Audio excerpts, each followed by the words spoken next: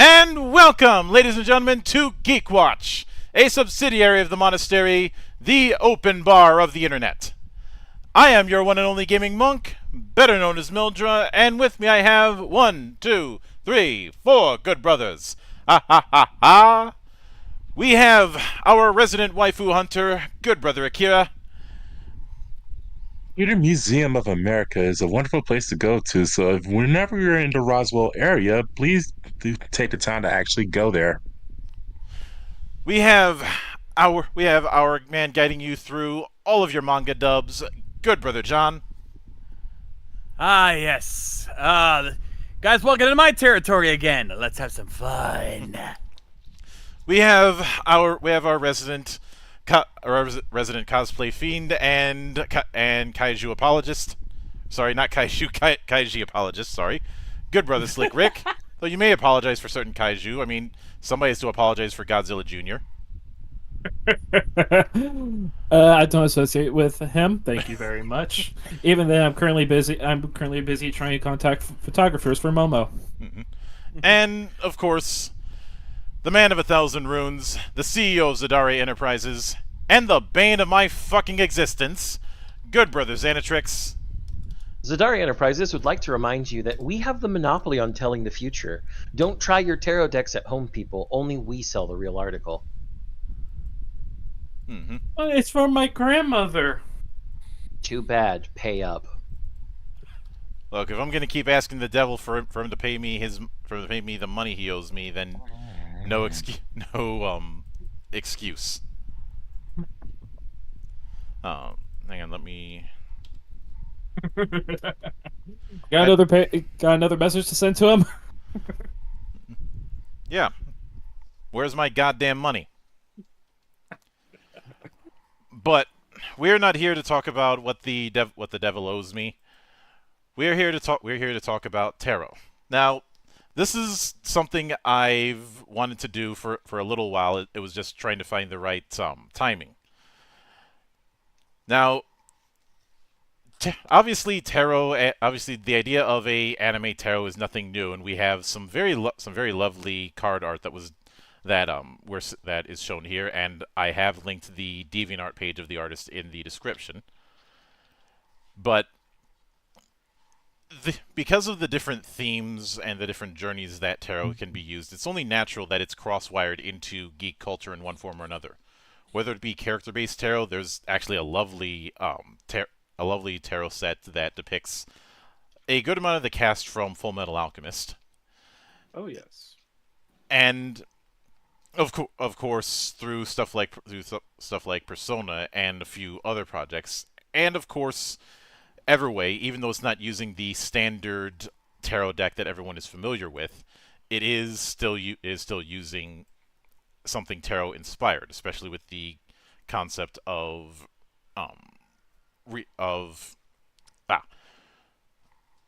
of journeys and the characters within them. Now, I will note a few obvious things. Obviously, we are using the standard deck that everyone is going to be familiar with, the Rider Waite tarot deck. That is the deck that is going to be the format that you're going to find anytime you look up a tarot deck anywhere. And I know that there's alternatives, like some of the earlier versions, or even that version that Aleister Crowley did, but we're not touching that, because I don't feel like singing Mr. Crowley. Let's not say we didn't. Mm-hmm. Now, the rules for this are going to be simple. For each arcana, we are going to be putting in a character that in some way fits as best we can. It does not have to be one character for each. It can be a group of characters if the theme fits. That is one of the key rules. Secondly, we are only covering the major arcana. So 0 and the Roman numeral based arcana. The 4 minor arcana suits we are not covering, because those honestly I feel those should get their own episode at best, and also if we did both, we'd be here till morning. And I already bit off more than I could chew back with Veil of the Void Yggdrasil. We monk. Mm-hmm. We bit off more than we could chew. Secondly, much to the chagrin of some, no Mega 10 or Mega 10 adjacent characters are allowed. Quick sound chair I was holding in my hand. Yeah, that's right. Leave their personas at home, ladies and gentlemen. Nice try. If we were to allow that, we could fill this entire deck with nothing but Persona characters. Hell, we could fill this entire deck with nothing but the main cast and the social links of just one Persona game. It's true. Like, I looked at. I could say, if we just did like main cast as in party members alone, we probably would have 2/3 already taken care of. And there's no challenge in that. And challenging myself and challenging everyone here and everyone watching is part of the goal of GeekWatch. And just this channel as a whole. So there wouldn't really be a point. Quad goals. Mm-hmm. Now, I was tempted at one point to do the one character/characters per series, but I realized if we did that, we'd end up bottlenecking ourselves down the road. So I'm not going to be doing that.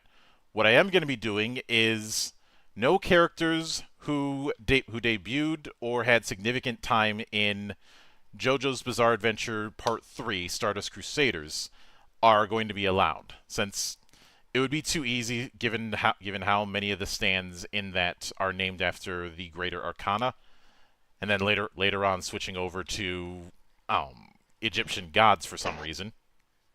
Because they could. Egyptian god card. Oh, God. Though, to be fair, even the fan artists here that did this tarot deck did not use JoJo for the star. So even they kind of followed that same rule. They just kind of tweaked it a little bit. Yeah. Just with the character that honestly it kind of makes sense. Why? Now, with each of these, I'm going to be reading a brief description of the tarot card in question, and I'm not going to be providing an image because it's very easy to look up an image of a tarot, because the visual design of tarot cards is going to be consistent throughout. No matter I've got there's a whole website for tarot cards. Literally, you could just go to tarot.com and you could find a whole section of the images. Mm-hmm. Now, Obviously, this means that we're starting at the Fool and we will end at the World. So I'll get started with the Fool. The Fool is raised by Uranus, the powerful and unpredictable Roman sky god. This card portrays a young, carefree traveler embarking on life's journey. It will often be depicted carrying a bag that holds the tools of life. The Fool indicates a willingness to leap into the unknown and start anew. If it's reversed, then energy is at a low ebb, and it depicts someone who is unable to make a balanced decision or to move forward.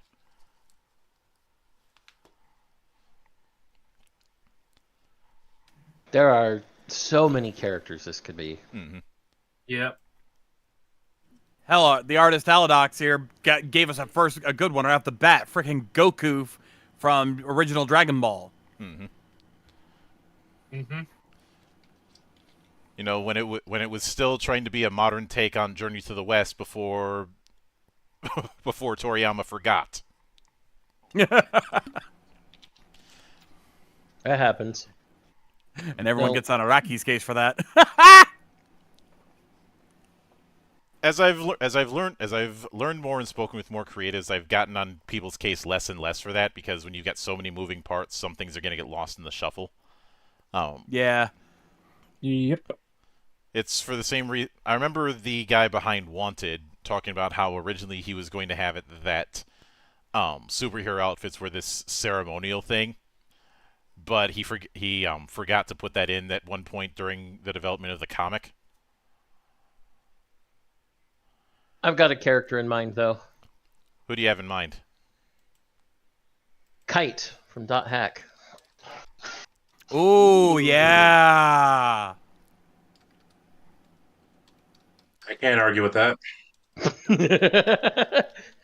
I was thinking about it, and then the Dot Hack Sign theme song got in my head. I'm like, while Sign probably isn't the best example, Kite is. Mm-hmm. The only problem is if we're talking about the actual Kite, that's from the games more than the anime. The only anime Kite, It's adjacent, so I'm going to allow it.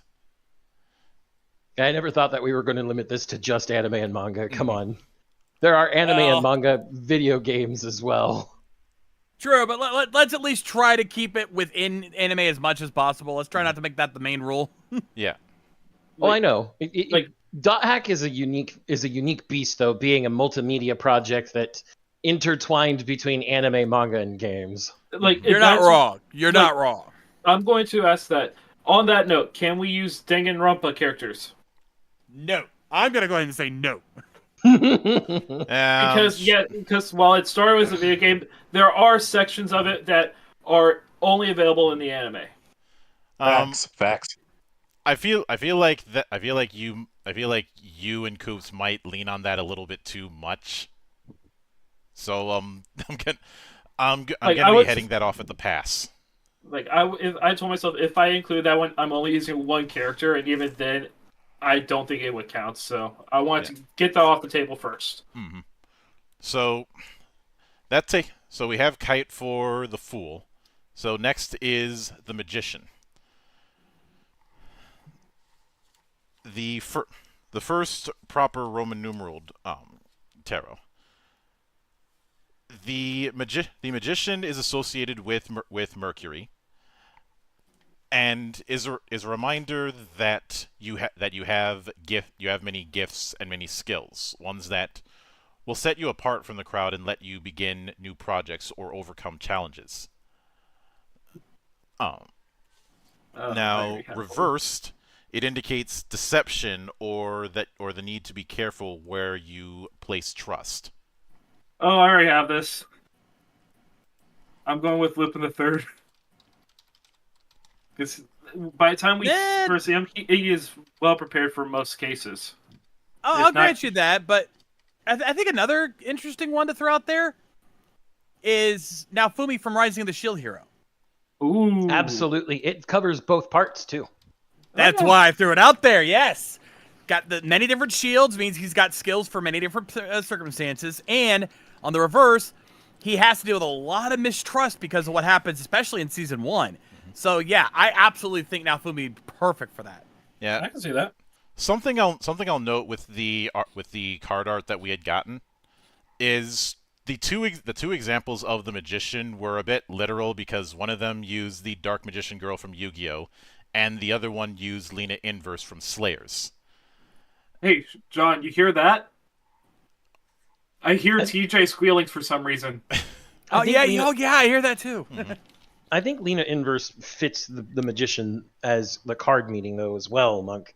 Considering exactly how skilled she is at magic and how she reconstructs the Ragna blade from bits and pieces of an incantation.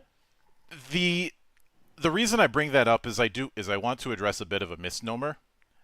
A lot of people seem to have this idea that good representatives of the magician have to be magic users. Oh, I definitely agree that that's not necessary, but in this case, I think Lena actually fits the meaning of the card regardless. Lena does. Dark Magician Girl, not Does so not. much. That's probably why they made that like an alternative and not the main choice that they picked. Yeah. They just were like, oh yeah, we'll throw this one here just for the fun.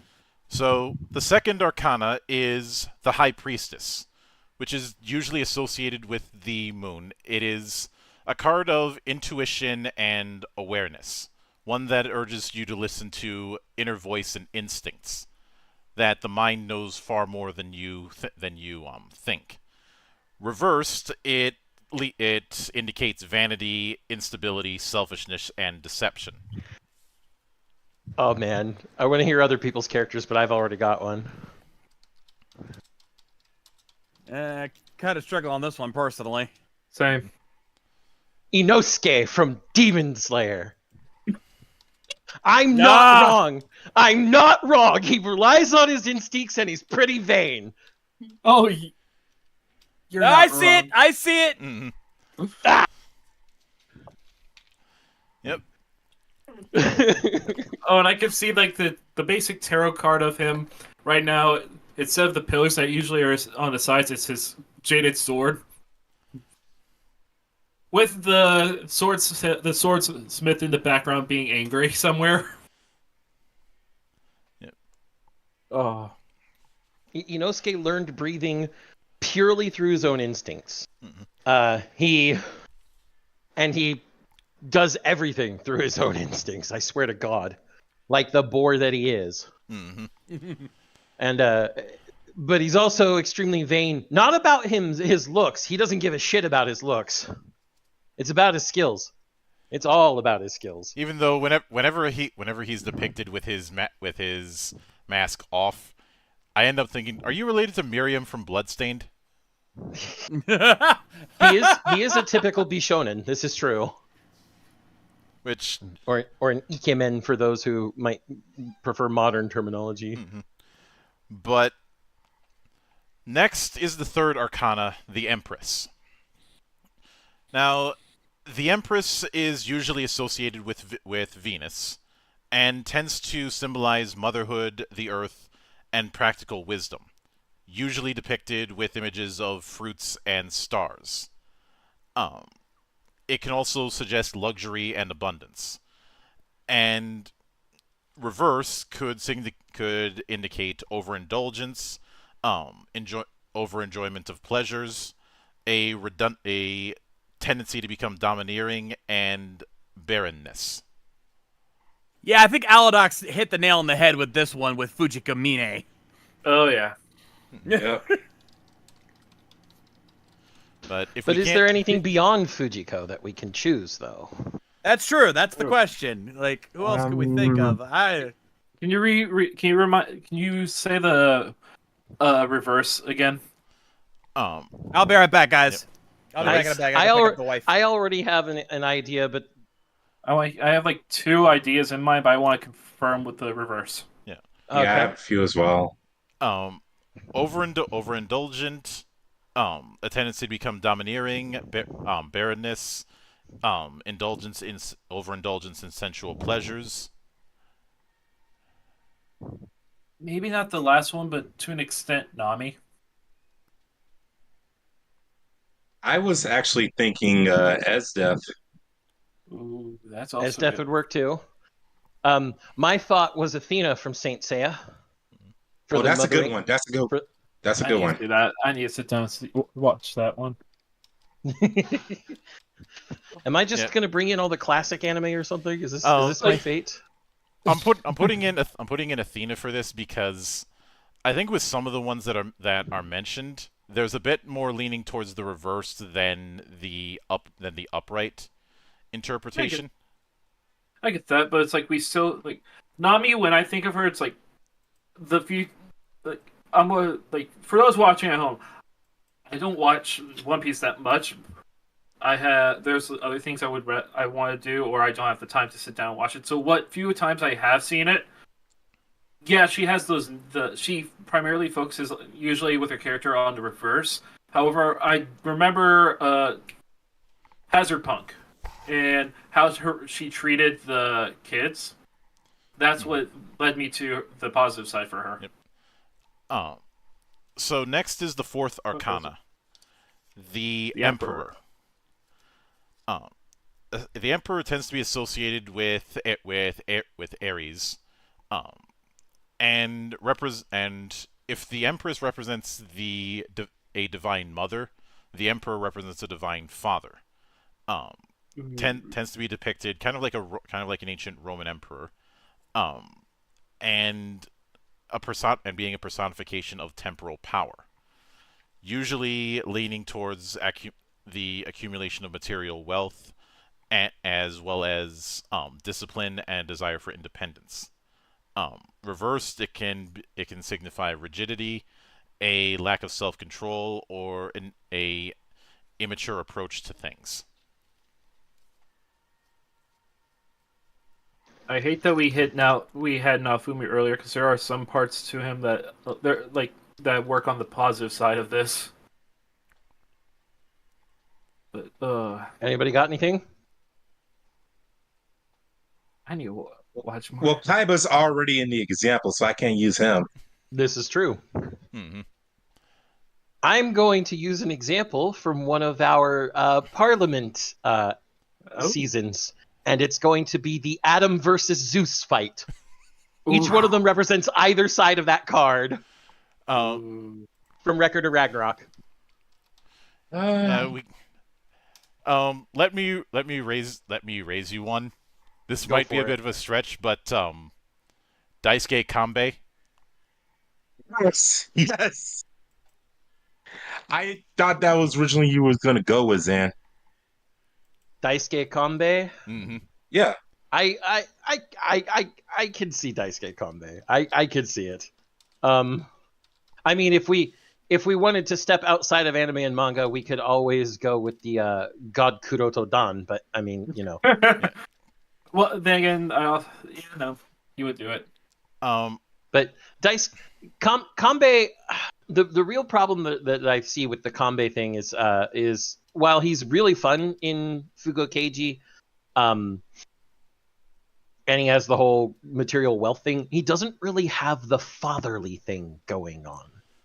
Yeah, like he's more seeking what happened to his father rather than being the fatherly one. Mm-hmm. And that's why I said it's the Heavenly Father. You know, you've got the positive fatherly stuff and then the negative materialistic stuff and all the immaturity. Remember, Zeus acted completely immature and impulsive, and Adam wanted freedom and independence from God.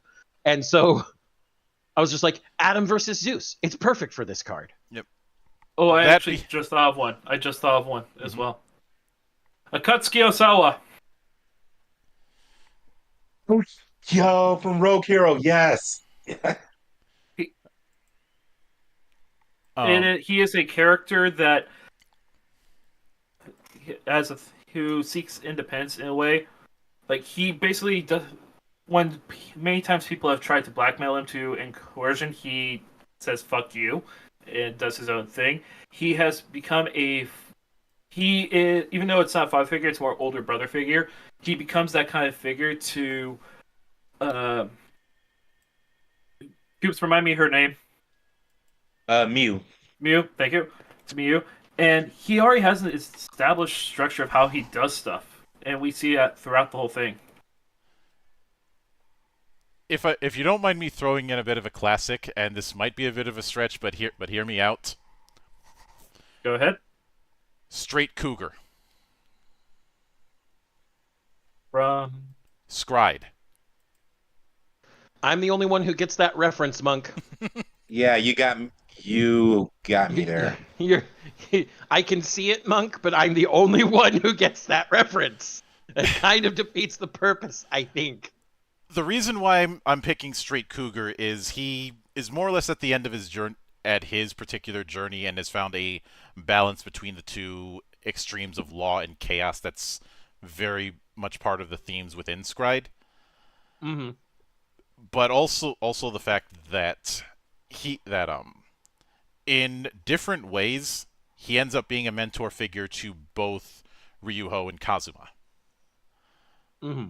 A very eccentric mentor, but that's how it usually is with mentors in fiction. That's how. Well, especially something like Scried. Holy shit. Okay. So sidebar for a second, because I gotta. For anyone who hasn't watched Scried, watch Scried. There is no other anime or manga quite like it. Mm-hmm. I'm sorry, I have to say it that way. It's kind of its own unique thing. I see this now. I might look into it. I know some people will look at it and say it's trying to be JoJo, but that's surface level. Except for the Scried manga. In that case, yeah, go ahead and make the JoJo comparisons there. Like the manga is not bad, it's just weird. Scried in general is weird. So next we have the 5th arcana, the Hierophant, which is usually associated with the sign of Taurus. Tends to have a scepter in one hand and the other one raised as if to bless. Tends to symbolize the spiritual father, as well as the mind, body, and spirit trinity. Often represents organized religion or orthodox ideas. Can symbolize mercy and compassion, as well as a need for approval and conformity. Reversed, it can indicate being unconventional and showing disregard for convention. That's yep, that works. If I could throw in video games, I'd be tempted to use Joshua Graham. I got one from the Psychopaths franchise. Shogo Makishima. Mm-hmm. That is literally his shtick in the first season. His shtick is almost entirely the reversed meaning, though. Yeah. But I do see it. Mm-hmm. As tempting as it would be a bit too on the nose to say Alexander Anderson.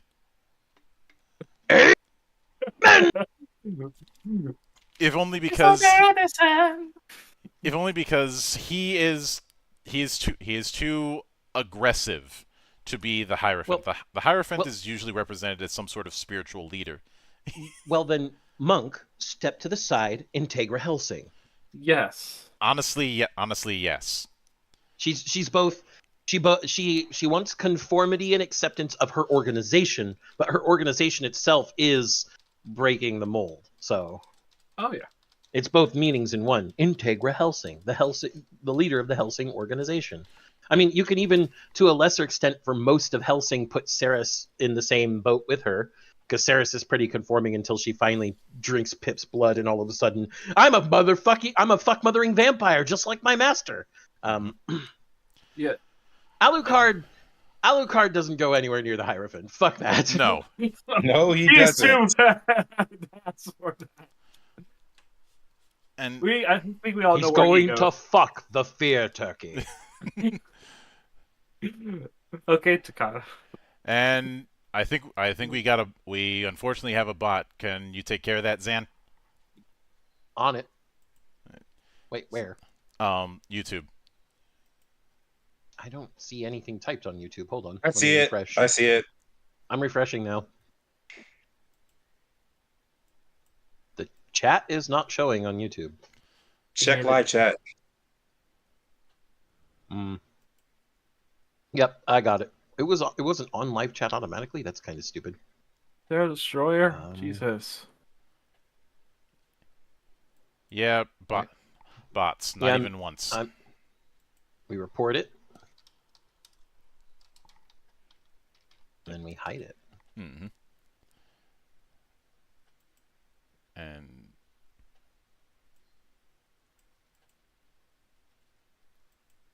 And then There we go. It's gone. Sorry Yeah. about that, folks. Had to deal with some cleanup. So next we have the 6th Arcana, the Lovers. The Lovers tends to be associated with the sign of Gemini. Tends to depict lovers in a embrace while an angel looks on in approval. Tends to focus on a soulmate, and obviously love is one of the things that it can represent, but also friendship and partnership, as well as the duality between earthly and divine love. Reversed, it leans towards separation via quarrels, infidelity, and unwise choices in relationships. Oh, I have the perfect one. I just I- gotta remember their names. Because I need to look through some hentai because I know some shit that's gonna match that instantly. Of course, the waifu hunter would be doing it through H anime. I'm going to go. I'm going with Taro Kabakura and Hanako Koyanagi from Watakoi. That they are an arguing couple who deeply love each other, but they have such an aggression. They have such a mindset where we see them arguing just as much as they are showing soft sides to each other, to the point that when they actually have the soft, tender moments, they really are impactful. Which two? Hanako Koyanagi and Taro, the second couple in Watakoi. The one that is a cosplay girl and technically her normie that she's slowly changing. Yes. Yeah, I know.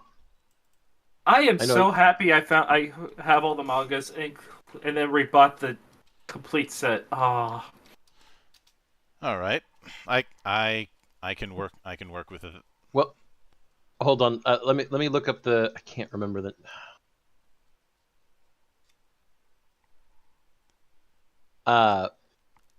Here it is.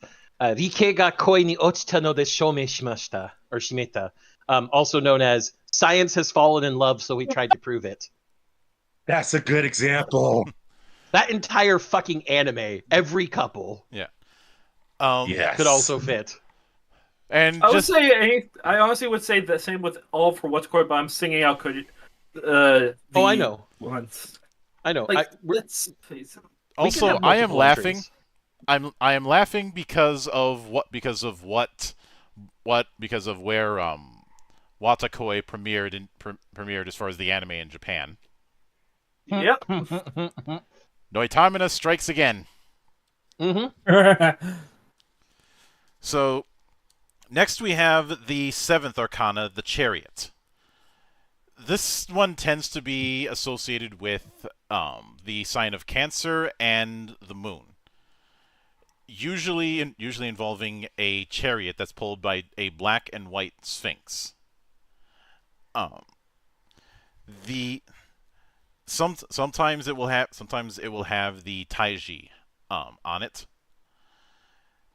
It is meant to be one balancing negative and positive forces to achieve some form of success. A maintaining of focus, i.e., this is going to be a long journey. Reversed, it indicates a lack of control, a reversion to bad habits, or a failure to follow through. Also, possible setbacks. I'm going to name one that's very obvious that we didn't take off the table. Kino's Journey. Ooh.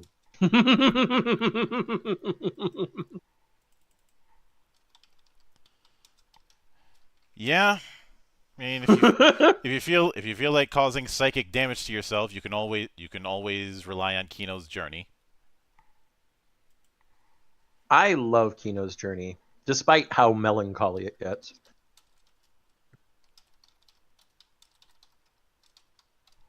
Um, there was a part of me that was considering Cashern specifically in Cashern's Sins. I can see it. It's a little bit of a stretch, but I can see it. Mm-hmm. So, next we have number 8, Strength. Now, strength is usually associated with Leo and tends to depict a woman and a lion. It is meant to represent the heart's fortitude, the sense of courage. It is a reminder that you're strong enough to handle whatever you're facing and will come out of it stronger than you were before. Reversed, it indicates weakness or a lack of self-control, a lack of self-confidence, or even cowardice. He said the magic words. I have to start the theme song. Bum ba dum bum bum ba da da da da da da da da da da da. I'm throwing in Gal Gaigar into that ring because fuck you. That's why. You're throwing in Guy Shishio. Yes, Shishio Guy specifically because he hits both sides of that card, especially during final. I can go with that. Oh. You said the word courage. You should have known what was coming. It doesn't help that I also indicated a lion and a woman with a lion, which indicates that could either be Renee, the Lion Queen herself, or that could be Mikoto and Guy. And I had the perfect example for this one too, but I can't use Danganronpa. So the 9th Arcana is the Hermit. Now, the Hermit is usually associated with Virgo and tends to depict some sort of wanderer with a cloak and carrying a lantern and a staff. The Hermit tends to have an understanding that the way to understanding is to create a place of solitude for themselves. They tend to have the lantern to represent a way to wisdom, suggesting looking inwards, taking an inner path, an opportunity for self knowledge. The reversed, it can represent loneliness, depression, being impietous, and hasty decisions.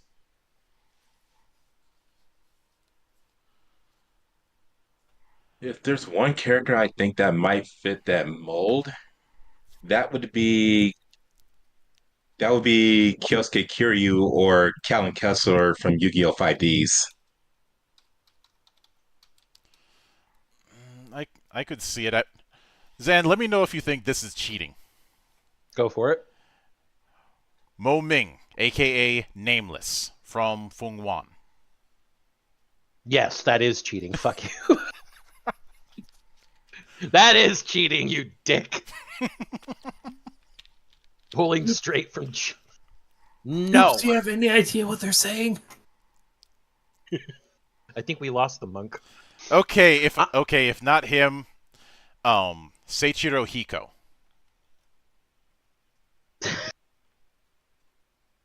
You might want to fill in the others, monk. Seiichiro Hiko is from Rurouni Kenshin. He was Kenshin's master. It has a very isolated attitude, which was the cause of friction between him and Kenshin. He also even though he patches things up, he still is perfectly willing to make fun of his own student on multiple occasions. It's the parent and child thing, except master and disciple. Yeah. He also has a certain philosophy regarding sake that was very prevalent in the OVA. Mm-hmm. I think that counts a lot. And then the one that I thought of, because I've been watching this anime recently as it's airing, and because I have the light novels, which are really good, Archdemon Zagan from An Archdemon's Dilemma, How Do You Properly Love Your Elf Bride?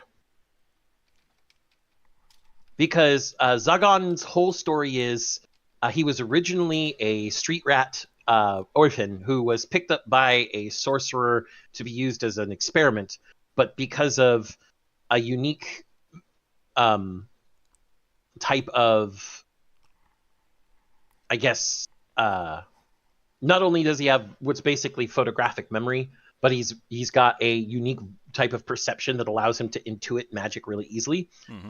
He started following the path of sorcery so he could be strong enough to never have to worry about being weak again. But it also led to him being very lonely. Mm-hmm. So Zagan could also fit. But Yeah. I think any of these really, even with some of the stretches we might have, except for your fucking cheat, could really fit the Hermit. Look, I've read through the Tale of No Name and as many of the volumes of Fung Wan that I was able to get translated. So a good chunk of the Lord Conqueror arc and a little bit of the Japanese invasion arc. And Nameless does kind of fit. He does fit, but I think it's cheating because it's basically a Wusha story, Monk. Yeah, that's why That sort of journey happens to nearly every Wuxia and Shansha main character at least some point in their stories. Mm-hmm. So, the 10th Arcana is the Wheel of Fortune. Now, this tends to be associated with Jupiter, and can indicate a turn for the better, receiving one's just reward. Things like fortune, power, movement, and change are all represented with this Arcana. It also represents the cyclical nature of life. Reversed, it tends to mean a turn for the worse, or blind optimism that can lead to failure. I have one, but then again, I don't know if it should be kind of cheating because that's literally luck is literally part of the joke for her. Ichiko Sakura from Lucky Girl. Good Luck Girl.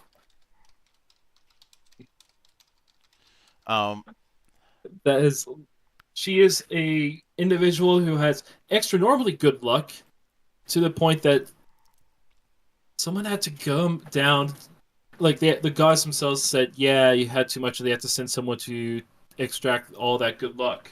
And to the point that she is taking whatever good luck is out there from other people, and she has to learn how to give it up. Mm-hmm. Kaiji is used in the art, which would certainly fit. But the person who but if I'm being honest, the person who I'm thinking of using, and this might be stretching this, Vash the Stampede. Love and peace! I could see Vash. I could see Vash. All things considered, both his bad luck and good luck. Another couple that I had in mind due to how the Wheel of Fortune is about changes in luck, but also changes in life. Mm-hmm. Lloyd Belladonna from Suppose a Kid from the Last Dungeon Boonies moved to a starter town. Especially because of the changes in his life. He thinks himself a weakling, but he's really not. Because he's been raised in the last town near the final boss dungeon. But he's weaker than everybody in that town. So his sense of strength scaling is fucked. Mm-hmm. His changes actually come with a lot of good things to him. New friends, new places to stay, a place he feels like he's starting to belong.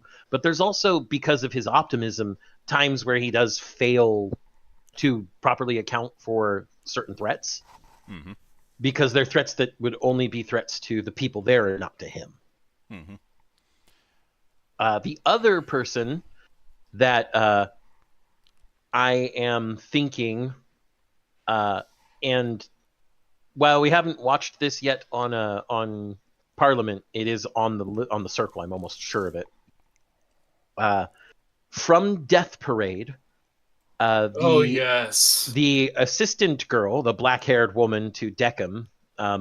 Lady in Black. That's what she was called. No, she was literally called Kudokami no Onna, the black-haired woman. Yes, fair. And whose name was later revealed as something else that would be a spoiler for when we do Parliament, so I won't. But I can't wait for it. she is someone who there's a lot of change and both bad and good luck just surround her story when it comes to Death Parade. So while I can't get into too much because I know that's on our wheel for some point, I think that she could also fit Wheel of Fortune here, especially since Death Parade has a lot of this gambling for your life thing going on. Yeah. And Or that's in what this makes case, it gambling so for your good. afterlife. That is what makes it so good, though, and you know it. Mm-hmm. Oh, I love Death Parade. I just can't watch it more than once every 5 fucking years, otherwise my heart breaks. Yeah. I don't blame you. So I will say this: you can listen to that earworm of an opening anytime you want. Flyers, yeah. Next is the 11th Arcana, Justice. Now, Justice tends to be associated with the sign of Libra, and will usually depict some sort of woman with a crown, holding a sword in one hand and the scales in the other. It usually indicates decisions will be made, but made fairly. And reversed can indicate prejudice or unreasonable decisions. Now, given that, if I'd say a lot of characters who are zealously hunting something could possibly fit under Justice, but Is this the part where I go to appeal to the monk directly and name one of 2 different anime? Go ahead. depending on which two. Vampire Hunter D and Sorceress Stabber Orphan. I could most definitely see that with D. He tends to be more in a lot of his stories. He tends to be the agent of balance. Mm-hmm. I'm talking about Orphan more for the zealous part. Yeah, though his particular zealotry is usually in pursuit of a certain goal. Like in the 97 anime, his goal was saving Azali. Yes. As well as his attitudes toward the Tower of Fang, for the fact that they'd be willing to kill a woman just to make their record look clean. Yeah. So, but between the two, I'd say D fits the bill more than Orphan. Mm-hmm. I know. That's why I named Vampire Hunter D first. I have an upright for Justice from a different show. Hosuki from Honosuki no Tetsu.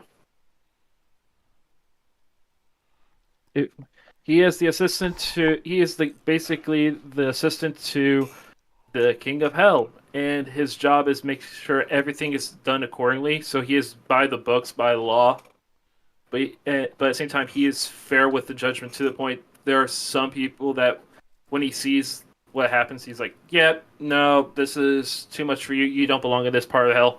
You still deserve to be punished, but you go over here." Yeah, tempting as that would be. I know a lot of people will associate Justice with law, but really the Arcana of Justice is meant to represent balanced punishment, not necessarily law. I know that's not what you fair. were going with, but I just want to make that clear. Oh, that is totally fair. So, Like there's still like I'm even looking at the reverse. I'm like dishonesty. I think back to one like joke filler episode. Yep, that helps. And I'm back. welcome back. To Wait, catch you up, we are about to do the Hangman, but just to catch up on the ones you missed. The Fool, Kite, the Magician, Naofumi, the High Priestess, Inosuke, the Empress, Athena from Saint Seiya, the Emperor, Straight Cougar from Scride, the Hierophant, Integra from Hellsing, the Lovers, Hanako and Taro from Watakoi, the Chariot, Kino from Kino's Journey, Strength, Gai Shishio from Gao Gaigar, That's me. You know that's me. the Hermit, Seichiro Hiko from Rurouni Kenshin, Yeah. the Wheel of Fortune, Vash the Stampede, and Justice D from Vampire Hunter D. I had to appeal to the monk. Of course. So, as I mentioned, we are at the Hanged Man. Now, the Hanged Man usually is depicted as being strung up upside down, usually with his legs wrapped around whatever is hanging him up there. But he does not appear to be uncomfortable. Is usually calm, usually alert. Suggests a step backwards, a period of rest and reassessment, i.e. something is on the horizon, but you have to be patient. Reversed, it indicates an unwillingness to make sacrifices, or sacrifices made for the wrong reasons, or the fact that effort is required before a situation improves. I forget his name, but the main character from Cautious Hero comes to mind. Uh... I have to stop you there because overcautious. He's an asshole. I don't like him. Oh, I don't like him either. I'm not saying he's a good character. I'm saying it fits the bill. You got a better suggestion. It does, but I'm actually going to invoke a JoJo character, not from Stardust Crusader, and not his Stardust Crusader self, but from Battle Tendency. Oh. Next, you're going to say Joseph. Next, you're going to say exactly, young Joseph Joestar. Toyo! I have one for this one, but I'm going to wait for you guys to finish because I have a JoJo myself from Diamonds. I don't remember his name. I'm trying to look up his names. It is John. I'm going to call on you because I know you reviewed the show back who knows when. Who was the true villain for Diamonds Unbreakable? Kira? Yoshikage Kira. Yeah. Yes. Let's see. So, next is the 13th Arcana, Death. This tends to depict a skeletal rider on a pale horse, usually carrying a banner that depicts a white rose. It tends to indicate rebirth or transition rather than physical death. The acceptance of change in order to allow for rebirth, letting go of past baggage. Reversed, it indicates someone who refuses to budge, even if it's for their own good. The possible loss of a friendship as well. Shadow the Hedgehog. That's not an anime character. Not gonna let you have that one.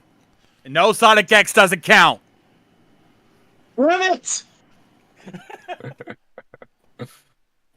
Yeah, the big Sonic fan in this call picking a Sonic character. Shocker. I never would have guessed. No, never would have crossed my mind. Nope. Nope. Not at all. Almost had it. Damn it. Hey, we snubbed out his other big one, so I'm not really we really shouldn't be surprised he tried to sneak it in. Yeah.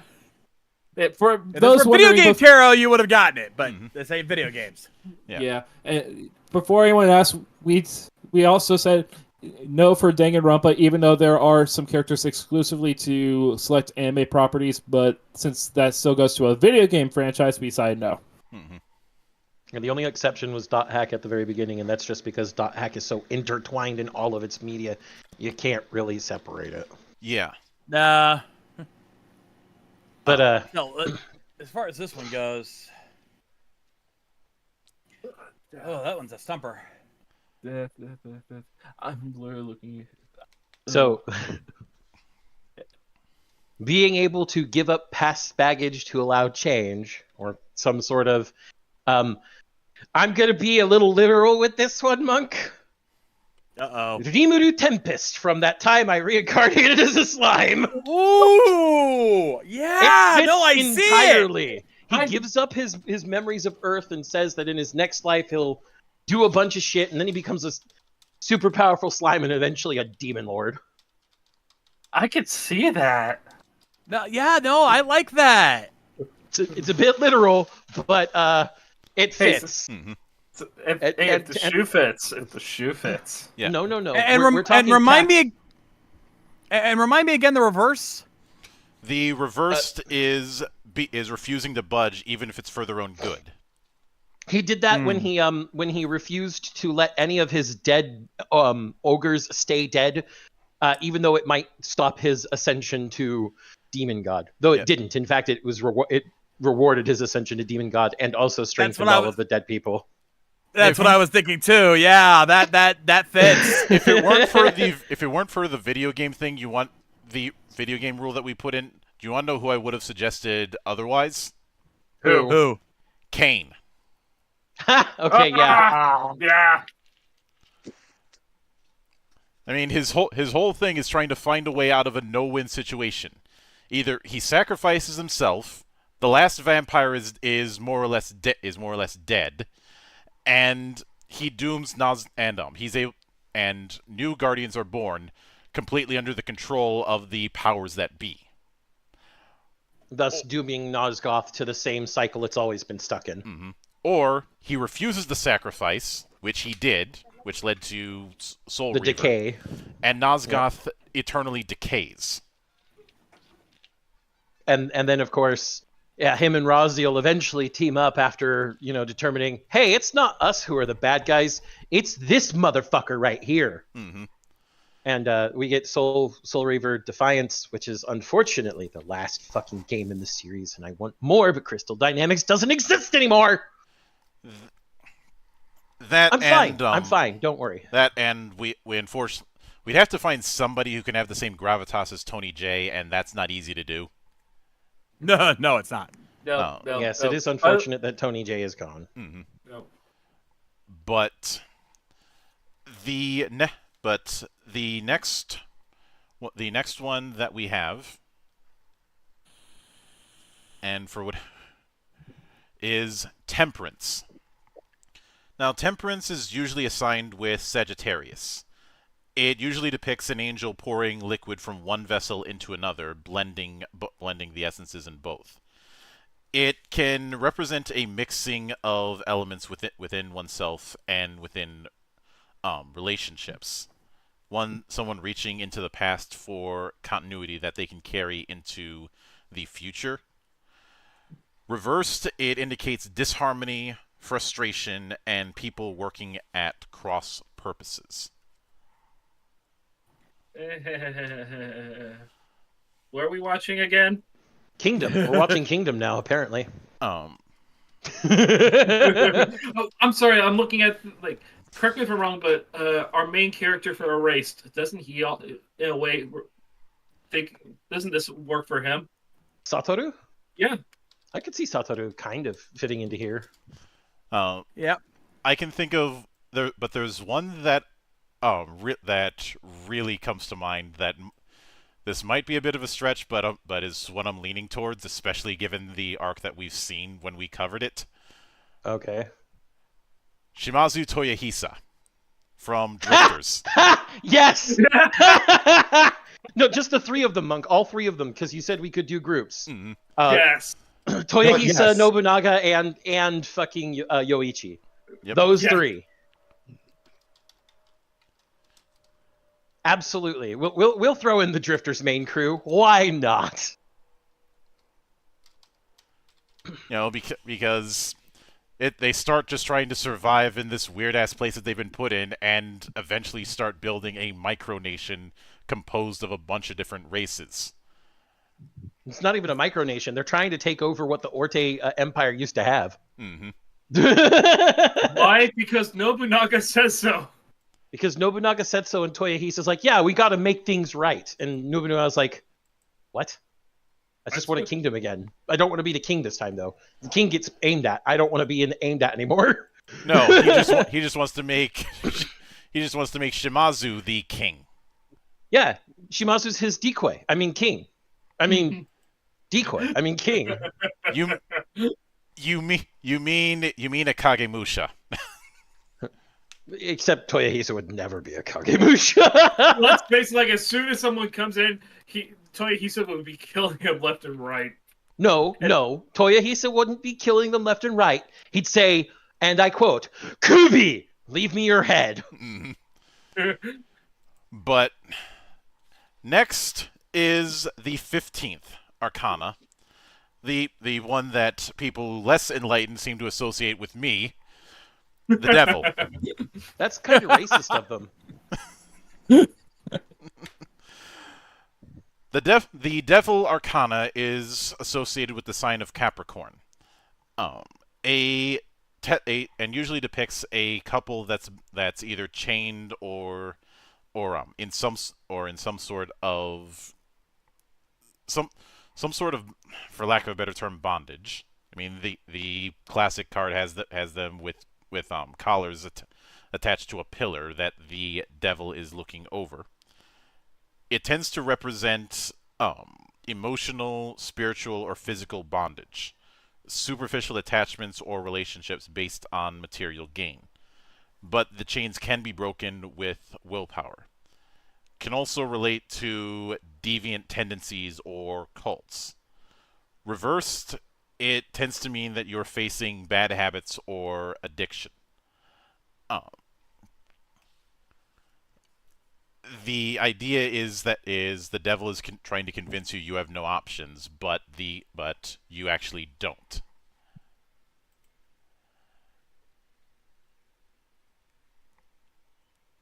Or rather, you do have a way out. You do have a way out. I have something for this, but I can't remember who I was thinking of. Mm-hmm.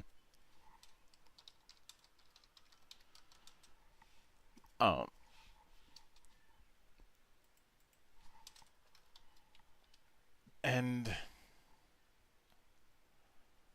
even though I'm not a big fan of it, this reminds me a lot of Umineko. All things considered, or Higurashi even more. Yeah, anything from the Nakokoro ni franchise. Yep. Because of how everything is under the bondage of, well, I won't spoil that. Technically, much of it is still ongoing. This might be a bit of a massive stretch, especially given the subject matter, but Makima from Chainsaw Man. Mm-hmm. I guess someone see it. I can see Makima, but there's a lot else that could also be said. Also, it's not that massive a stretch. After all, Murder Grandpa isn't involved. Grandpa? Die. Oh wait, wrong one. Never mind. Makima could fit, I think, in certain ways. But there's a lot of the devils in that fit better, and I think Future Devil would actually fit better there. Because Future Devil essentially convinced my boy that his death was assured no matter what, and then he turns into the Gun Devil's puppet. My boy. Yep. My boy. If we're going to talk about a character who... There's one that I could bring up from Hiro Aka. Oh Jesus. Go ahead. Overhaul. Overhaul's pretty good there. I can see Overhaul. Yeah, no, I can see that. Yeah. But I'm going to go one further. Even though this motherfucker owes me money, I'll promote one of your characters. Okay, Kubo, you can pay me later. Ukilora. Okiora? No, even bigger. 1,000-Year Blood War. Yuachbach, the leader of the Sternritter, who is basically the he convinces Ichigo on like 3 separate occasions that Ichigo can't beat him because he's got Quincy blood and is the soul that's been inside him this entire time, and that was never actually Zangetsu. And there's a lot of shit. Yes, I'm spoiling it. No, fuck you all. I don't give a shit. The 1,000-Year Blood War arc, I read it back when it was first out. This anime, while it did great animation of it, reliving the 1,000-Year Blood War arc is tiring. Fuck you. All But right. yes, Yuachbach he basically is, in this case, the devil in Ichigo's ear. All right. So next we have the 16th Arcana, the Tower. The Tower tends to be associated with Mars and is usually depicted as a tower that's being struck by lightning, and the crown at the top of it falling down, as well as sometimes debris, and sometimes the tower is depicted with a couple people trying to escape it by jumping off. Yeah, it's an allusion to the Tower of Babel. Mm-hmm. The tower tends to depict outmoded structures being smashed, leading the way to complete change, radical transformation, a partnership that may suddenly dissolve. Reversed, it can refer to being trapped by old habits, and in general is more about the fact that the weakest parts of one's life have to be torn down to build something stronger.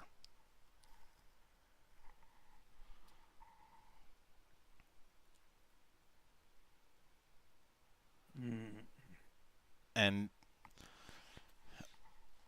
there was a part of me that speaking of Bleach was going to reference Byakuya Yeah, I could see it. as the tower. But while we're on the subject of the big three, Mm-hmm. anybody thinking of a specific Naruto character? Hi, Neji. No, bigger. Itachi Uchiha had to tear down the entire Uchiha clan to allow Konoha to be bigger and stronger. Ooh. I could see Itachi. I'm pretty sure. I don't quite agree with it, but I could see someone making the argument of Pain. Pain would probably be a better candidate for the reverse side of the death card. Technically, he's clinging to everything. He's clinging to his past and everything about it so much that he's decided to make the future better. He just has to, unite everyone in pain. Mm-hmm. I thought that was Obito. Most of the villains in Naruto that are villains that can be turned back to good are villains that are too obsessed with their pasts. Mm-hmm.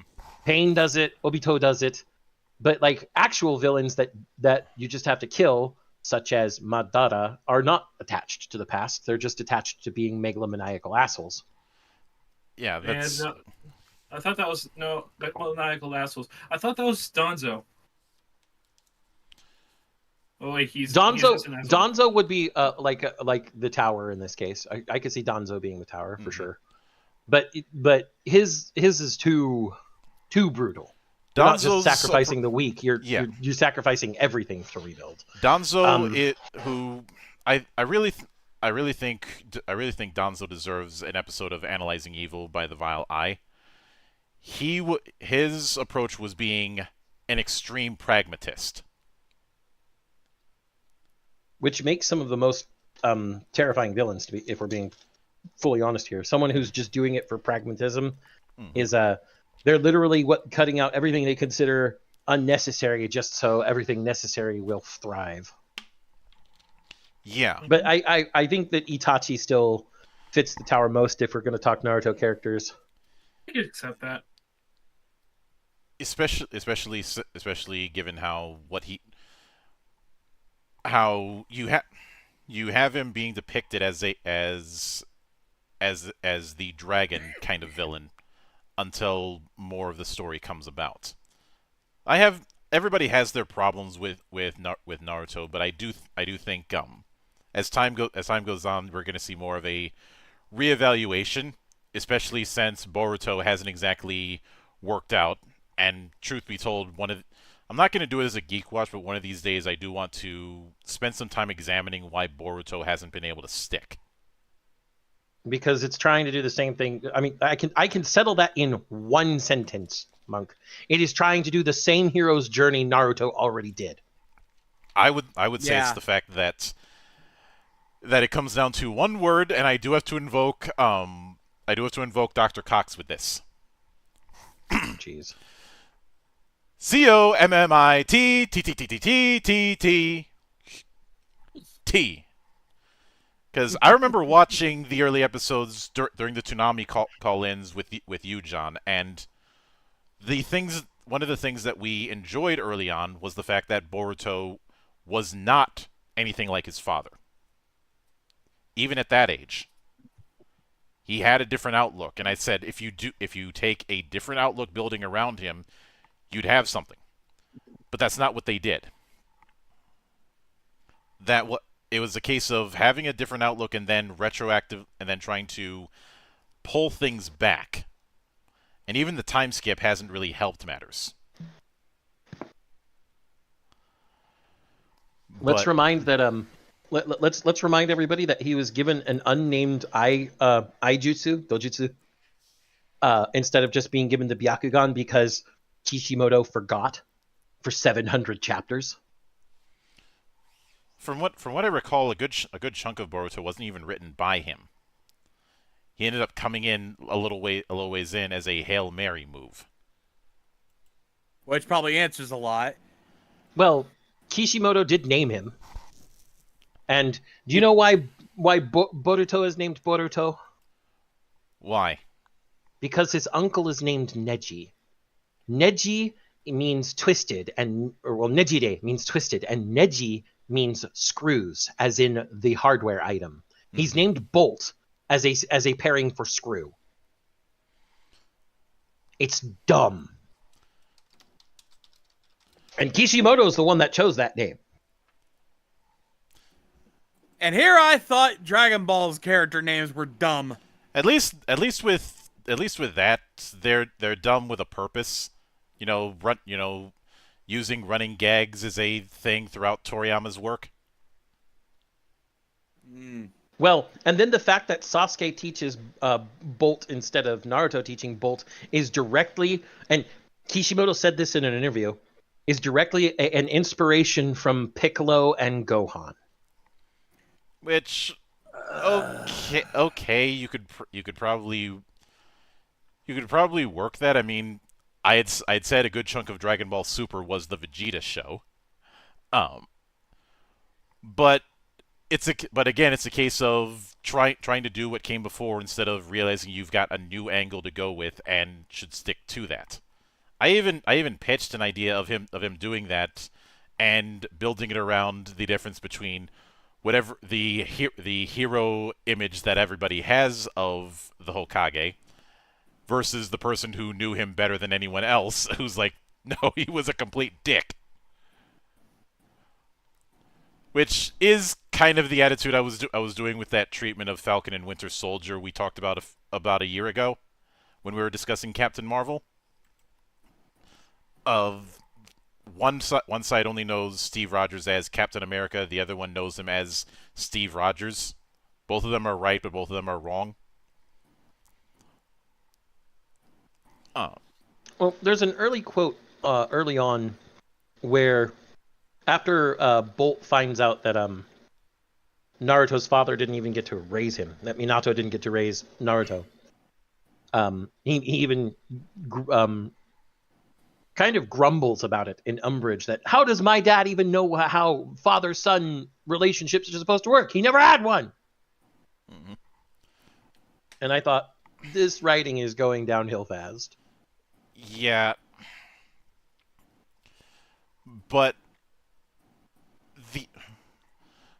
moving right along. Next we have the 17th Arcana, the Star. Now the Star tends to be associated with Aquarius, and is usually depicting a woman pouring water from some sort of container. It tends to symbolize creativity, new ideas. Can also denote hope and inspiration, sometimes from an unexpected source, as well as the idea of a bright future. Reversed, it can indicate disappointment, especially disappointment due to stubbornness, an unfulfilling association coming to an end.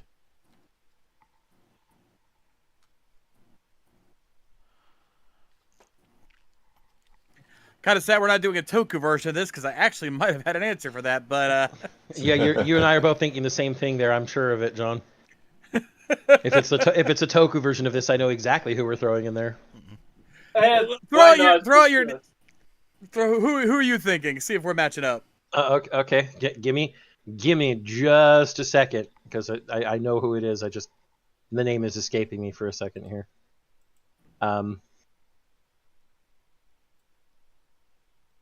Judo Atsuta. Yep. Yeah. Yep. Great minds, sir. Great minds. Exactly. But we're not doing Toku, so. No. But at least that gives us an idea of where to look. Or I what got to both think faces to about. that name. Kirame Red. Yeah. Yeah. Yeah, I could. I gotta watch that.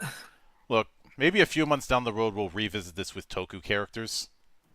Oh, Before that, God we got help us 2 all. video game characters. You know it. probably. No, I have it. I have the name.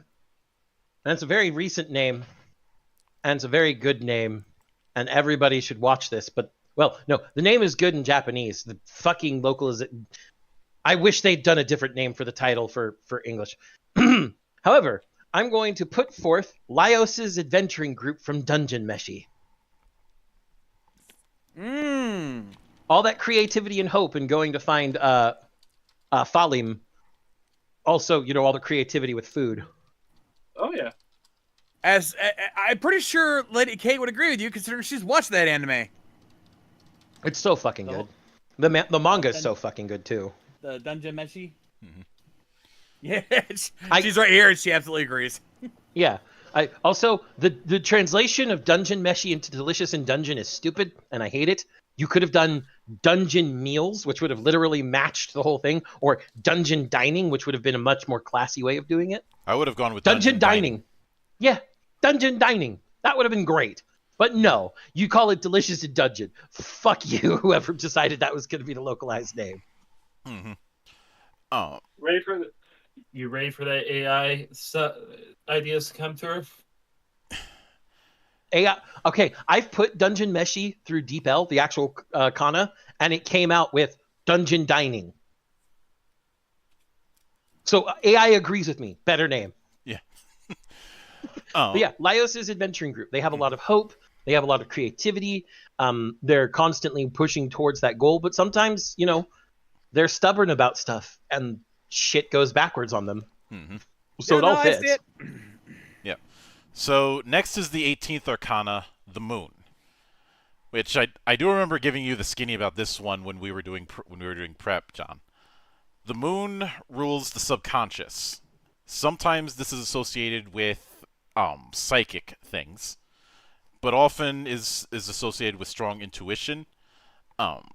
It is warning about deceptions as well as superficial relationships. It can also suggest unusual events. a touch of lunacy. It it can also represent unmasked deceptions, small mistakes, as well as allowing one's fears to override one's faith. Okay, I got an easy one for this one. Mob.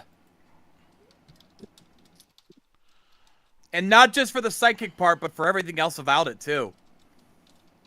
Mob from Mob Psycho? Yeah. Yeah, Mhm. yeah.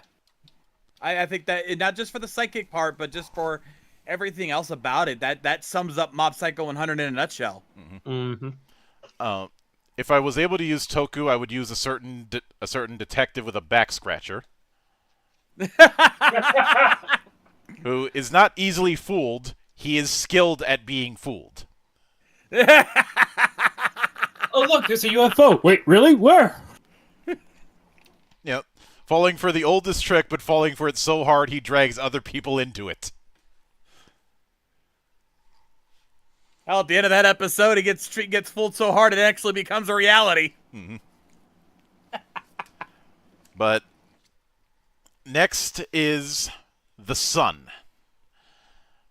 Now the sun tends to be depicted with usually a sun with a face watching over a cherub riding a white pony, usually through a field of sunflowers. It tends to be a powerful and fulfilling arcana, bringing growth, contentment, and positive energy, often represented by happy relationships and satisfying creative endeavors.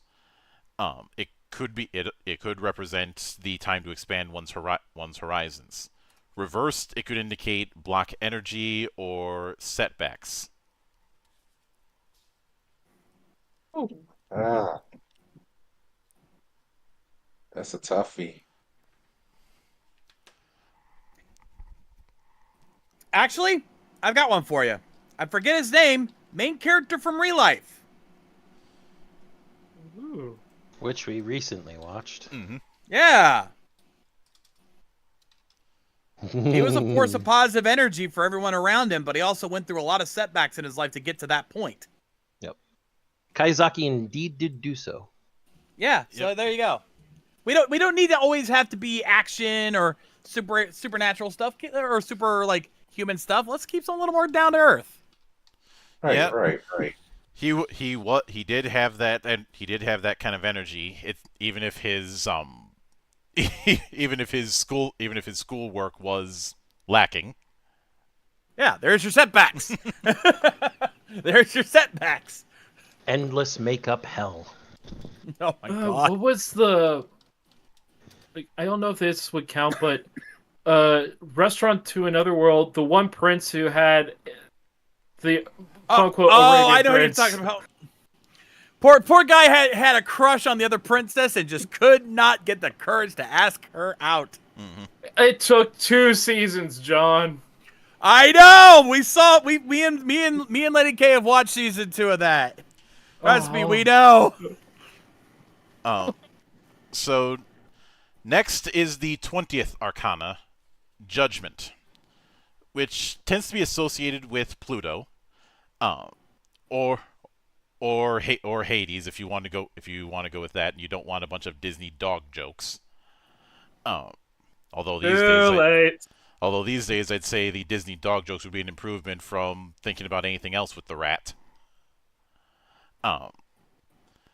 Judgment is usually depicted with an angel sounding a trumpet with the trumpet having a flag of a red cross on a white background. It tends to indicate, final judgment, transformation, a time to forgive and forget, or possibly do some soul searching. Reversed, it can indicate trying to delay the inevitable. And go ahead. I'm about to kill everybody's heart with my example. The entire cast of Anohana. Oh! I'm kicking you all in the balls right fucking now. God. I've not watched Anohana, but I know it very well. I know the story. Yeah, no, that tracks. Oh, I had to I'm remind almost myself. afraid to watch that because of that exact reason. Have yourself a good cry, John. Don't worry. You and Kay can watch it together and have yourselves a good cry. I don't even know. I don't think we'd survive. I don't think we can survive the tears. Wait, can you remind me again the positives of Judgment? Because if we're going off of that, there's one more, but I want to confirm myself before I give my example. Well, Anohana, in the reason No. I said He means Anohana is- the positives of the Arcana. yeah. Yeah. It's Do the Arcana. you mean upright. There's not really it's not really a positives and negative thing when it comes to the tarot. Yeah. It tends to represent being called on to review your decisions so that they're in line with where you want to go. That things aren't set in stone. Okay. Poko's Dawn World. If we're going off of that. Oh, okay. As someone who's actually watched the anime, yeah. No, I see it. Could you type that in Sacristity chat so I can get the spelling right? Yeah, Poko's Udon World. Yeah, we watched that a while back. Yeah. No. I like that. I suggested that one. That it has to, it should. Yeah, like I don't know. Watch that one. There you go. It is on one of John's high recommendations for a reason. After that watch party. Yeah. Never got around to review. I know. Maybe I did. You did review it. I review remember. He did. Yeah, you Yeah, I did. did review that one. Okay. Yeah. If I was able to sneak in characters from TV, this is where I would have put David Tennant's run as Doctor. Yep. Oh yeah. Yeah, that totally would have fit. His whole thing Especially was on the reverse end. yeah. His whole thing is he gives you one warning. Everything after that is on you. And facing the inevitable. I mean, that was his whole arc, especially Yep. in the last season. Yep. I don't want to go. Yeah, there you go. I just want to go. Yep. Yeah, no, that would definitely fit Judgment. And finally, we arrive at the final Arcana, the 21st Arcana, the world. Yeah, that joke is inevitable. The Had to be world made. tends to depict a robed figure who is in control of the elements as well as the forces of the universe. This is meant to represent the completion of the journey and a kind of transcendence. You've achieved some sort of worldly success and liberation through rebirth. Reversed, it can mean that success may be delayed. You're not there. You're close, but you're not there yet. It's time to filter out your imperfections to refine what you're meant to be.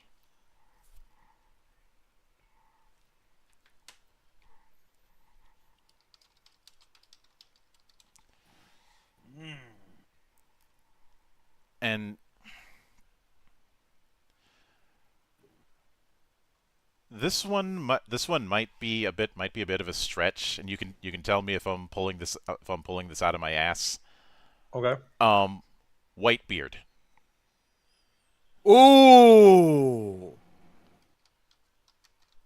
I'm gonna see pull it. I'm gonna pull a different character, Monk, and you can tell me if this is a stretch because I'm pretty sure it's not. Setsuna F. Seiei. By the end of Awakening of a Trailblazer, I think Setsuna by the end is a little bit too literal. I mean, he has transcended humanity, and he's seeking peace between two different species at this point. I It's feel not like a stretch, but too literal. I can agree with that. it is very much too literal because by that point he's more the whole ascending humanity. He's more or less a demigod by that point. Actually, I think it's implied that once he became half ELS himself, he can't die, so he is a god. Whereas Whitebeard is somebody who has more or less mastered his domain, and given that one of his most loyal followers was Ace, you could say he has mastered the elements. Heh. If not Whitebeard, I think that while on the card art Sakamoto is on the Hanged Man, this is a place where you could actually put Sakamoto. Because Sakamoto's backstory is he didn't start out the cool suave guy everybody has seen him as, and eventually goes to NASA right out of high school. Sakamoto, haven't you heard I'm Sakamoto is a very fun anime. I suggest everybody watch it. It's also fucked up. Like, what the fuck? What is happening right now? But yeah, when you get a little bit of his backstory, you come to understand that he really, really tried hard and went through this transformation to become this guy who is good to everyone. Like, there are people who get jealous of him at first, but because they are affected by him and get to know him, that jealousy starts to melt, and he becomes a source of inspiration for everyone. That's like the one bully who tried to make him look uncool because he wanted all the girls' attention. That changed. All of it changed. It all changed. And then eventually he leaves to go to NASA. Yep. Which is funny as hell. It is. Like Whitebeard, I definitely can see, even though I'm not a fan of One Piece myself. But I know we were also trying to go with less supernatural examples in some cases. And so Sakamoto, he's not supernatural. He's just someone that worked really hard to become someone everyone could aspire to and like. Mm-hmm. Also, I wanted to introduce Sakamoto to everybody that's watching because more people need to read that manga and watch that anime. It is unfortunate that the writer died, I think it was last year. Oh, I need to rewatch that. But Like, I don't like. that more or less that covers the entirety of the Arcana.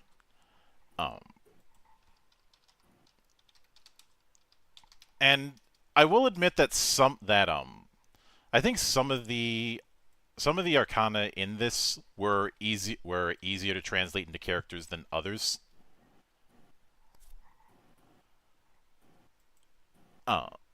Truth be told, if it weren't for the fact that it's associated with another character that's already used in the art, someone I was considering for the world is Akagi Shigeru by the time he makes his appearances in 10.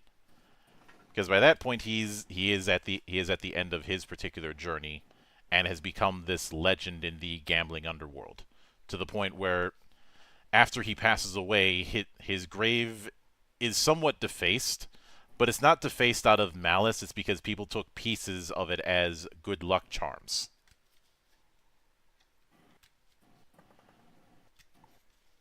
I mean, some would still argue that that's still disrespectful, but you know. Well, when the protagonist appears at his grave, he apologizes to it, saying they only did it because they respected you so much.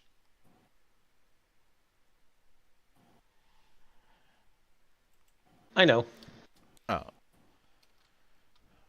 But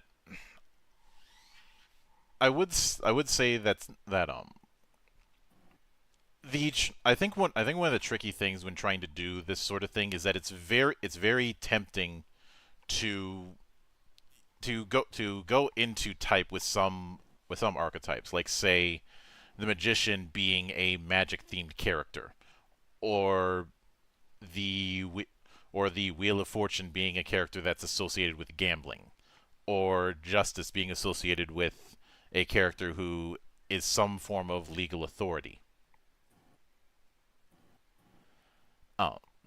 Which incidentally, I did this once with some other people regarding video games, and somebody said that Phoenix Wright should be Justice. No, that may be his job as a defense attorney, but Phoenix is more about uncovering truths through exposing contradictions than Justice. If there's anybody who would fit the Justice, it's either Miles or Francisca.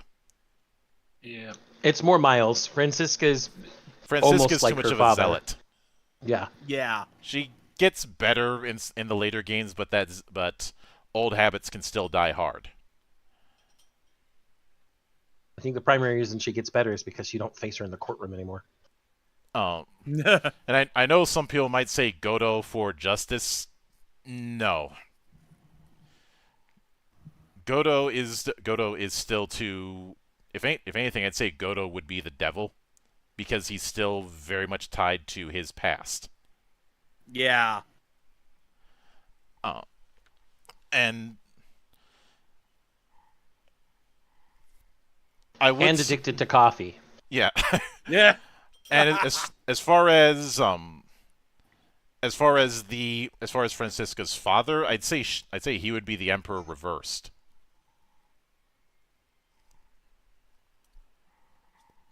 Manfred von Karma. Mm-hmm. Given his particular outlook on things. Mm. Though there are a few characters that I'd like to throw at you guys and see where you would put them. Since we've roasted him in the past, let's start with Shar Aznable.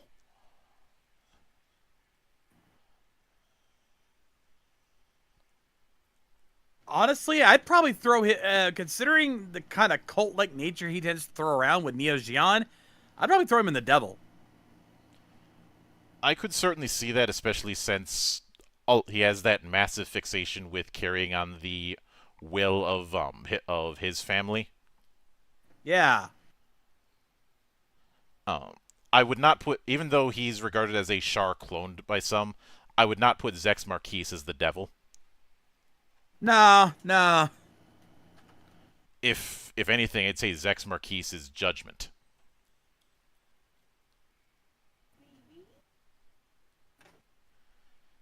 Because he did want to change the way things were. It's just that his methods got a little extreme at the end with the whole White Fang stuff. Yeah. Maybe Judgment Reverse would probably be a better fit for him. Mm-hmm. And as I've mentioned before, I find as a character arc, I find Zex Marquise more interesting because of the fact that he isn't stuck in the same role by the end of his story.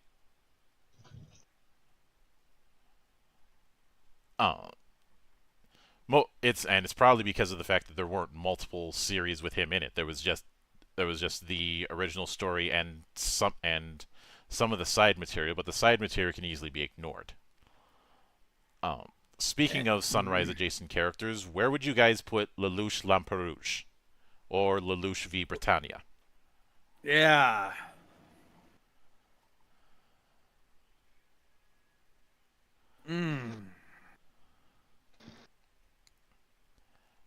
The Hierophant. The Hierophant? The Hierophant. I could see it, but why do you say the Hierophant? He's trying to build a more orderly world than the Britannia line had done. And he's trying to do it by inflicting the world entirely with his morals. And he uses his Zero personality as a way to create an evil for the world to face. And then eventually, or uses Zero personality for a hero for the world to have, and then uses himself as an evil for the world to face, and then uses that to try and create peace. It's a form of trying to indoctrinate the world. Mm-hmm. I could definitely see it. Now, I mean, he literally becomes on both sides an idol for the world to both venerate and denigrate. Mm-hmm. Now let me shift into Toku for a moment. Where would you guys put Isaka, aka the Weather Dopant?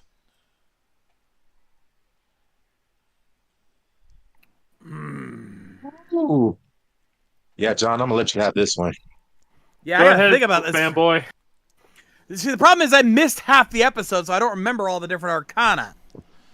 Um, I would, given Isaka to me, and maybe you can check me on this. He very much seemed to represent the sin of greed. Yeah, I could see that because he wanted all the power. Yeah. He wanted to seek further power by gaining all the different memories and incorporating them into himself, and having his ultimate goal being the power of terror. Or at least a power, equivalent to it. I know some people might say gluttony because Jesus Christ, that man can put it away. But no, gluttony is not just consuming ridiculous amounts of food. It is usually that desire for those sort of pleasures above reason, and Isaka is way too calculating for that. Yeah, greed seems to be more up his alley on that one. Mm-hmm. So I would actually say the Emperor reversed.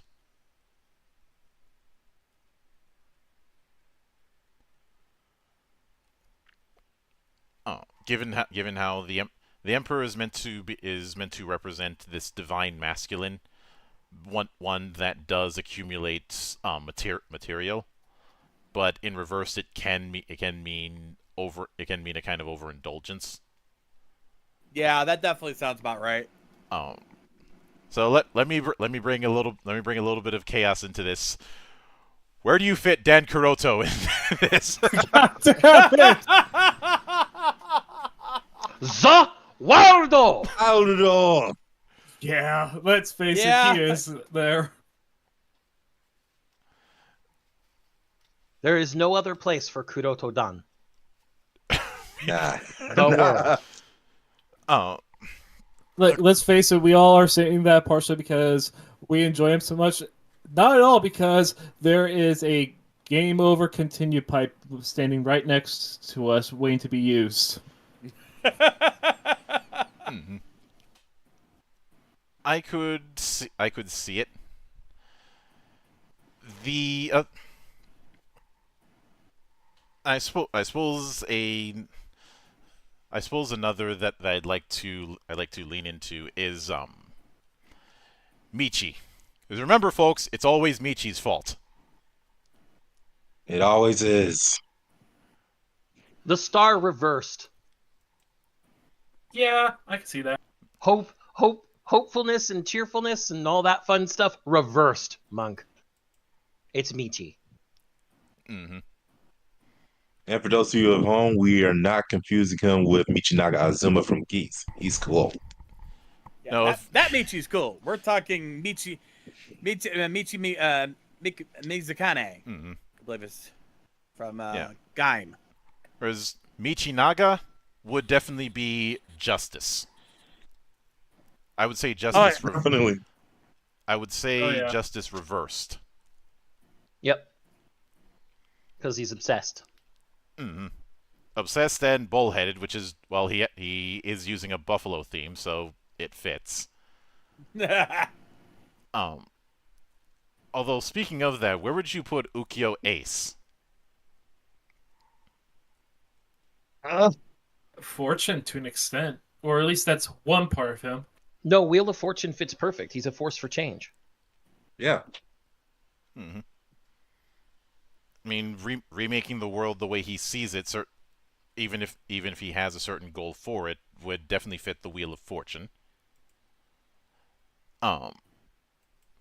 He And- literally died just to make sure it happens. And Spoilers. shifting into video games. Let me pander to John for a moment. Oh, I Where think I would know where you're going with this. Where would you put our favorite New York Skelly boy, Sans? Oh no! Oh Jesus! Oh. Go on, John. Again, I didn't get to learn. I don't know the tarot that well, and I missed half the episode because I was gone. Yep. Although John, they if I probably may, haven't- if I may make a suggestion, yeah, The Hermit. see, I missed that one. I would have known. Well, the Hermit is someone who is taking a solitary journey for wisdom and for improving their worldly repertoire, essentially. Yeah. And I given would- that Stan's, while he is attached at the hip to his brother for the most part, you can definitely tell he has experienced a lot on his own that no one else has, and has learned things that no one else in that world, in that underground, should have known. I was tempted to go with Judgment with him, but the problem is that only applies in the one scene where you meet him just before meeting Asgore. Yeah. Well, and The literal judgment hall. Mm-hmm. Yeah. The big thing is that with Sans, all of the conversations you have with him, regardless of what path you're on, except for genocide, but we won't talk about that, there's always this implication of he's seen this path before and he knows things that he shouldn't know.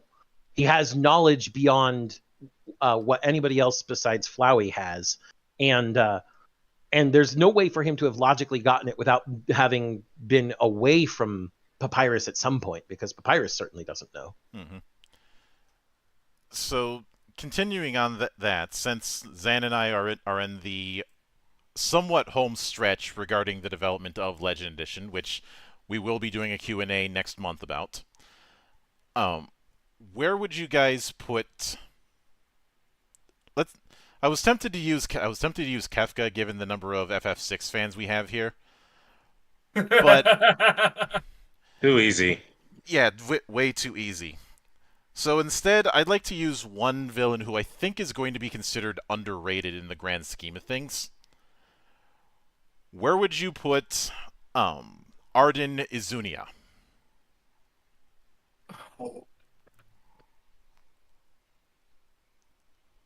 Justice reversed. Yeah. And I could see that because he is. Let's be honest. The only reason Arden Izunia is what he is because Bahamut was an asshole. Only if you believe the book. Otherwise, it's just Bahamut saying you've got too much corruption. Sorry. Even though the reason he had that much corruption was for I guess you could say doing the wrong thing for the right reasons. Yes.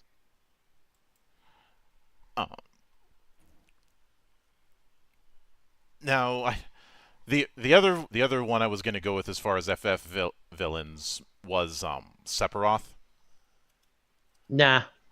Let's not and say we didn't. Yeah, but if I'm going to be using underrated entries, I know it would be I would be very tempted to use Ultimecia from 8. But instead, if I'm going to use a representative from 8, Cypher. God damn it. I knew it. Cypher on the MSC. Ooh. I've got one, but people aren't gonna like it. Or they probably will, actually. Shoot. Strength. Oh yeah, Not even reversed, just strength. I literally was thinking that. He definitely meets the positive and negative because no matter what, he believes himself as Squall's superior. Mm-hmm. But he's definitely got the courage to fight for his convictions. Mm-hmm. That's the big one. Even if his convictions are fucking balls to the wall insane. Yeah, and the thing is, and this is something to note when examining stories with FF. The actual villain is not necessarily the one that you might be fighting at the end of the story. Like you might be fighting, say, Sephiroth at the end of 7, but if there's anybody who could be considered the true villain, you could argue either Hojo or Gast. It's definitely Hojo. Gast was a victim of circumstance. Mm-hmm. Whereas Hojo is completely amoral. Yeah, he has no moral compass. It's just, can I do... He is the epitome of the Jurassic Park quote. He was too busy asking if he could, never asking whether he should. Mm-hmm. He's the epitome of that quote. And For him, it's not about asking; it's about caring whether he should. the sole Does it get science done? Yes, but you're killing 1,000 fetuses a second. I don't care. Science is getting done. That is Hojo. Yeah, and in the case of 8, one could argue Cypher being the one who pushes things to the degree that he did. That led to the whole thing with Ultimecia. Yeah, but we've got some. We still have some writing quandaries about 8 that throw all story into question. So I mean, yeah, I do. I think 8 should get a retranslation at some point. It probably has with the remaster, but I haven't seen it yet. And of course with 9, you could argue that Garland was the true villain who was setting things in motion, as opposed to Kuja. and you'll no argument from me on that one. Mm-hmm. Garland was definitely the villain, and Kuja was just kind of a victim of circumstance. That's even proven by the ending. Yeah. But what arcana would you put Seymour Guado?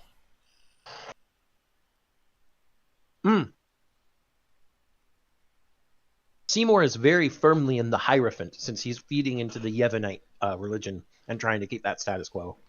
Yeah, and the extreme version of wanting to remove suffering from the world.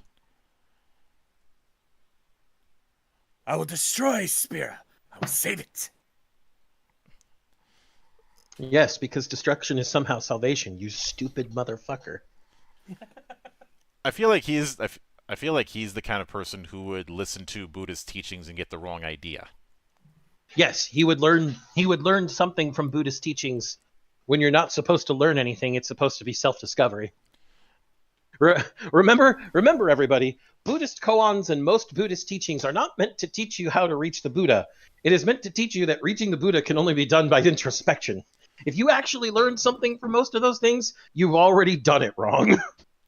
I do remember a monk once saying that you don't have a teacher, Shinkatsu is your teacher.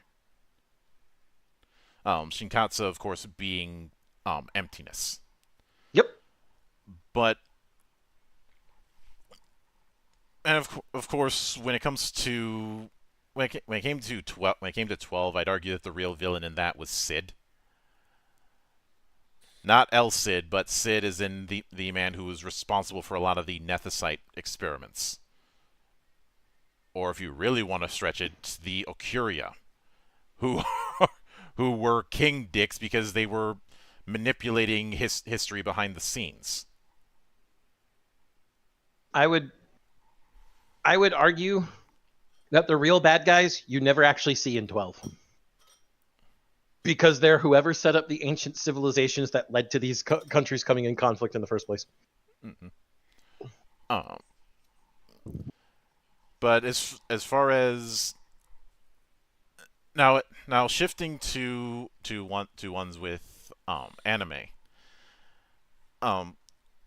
where would you guys put Johann Lieber from Monster? Oh.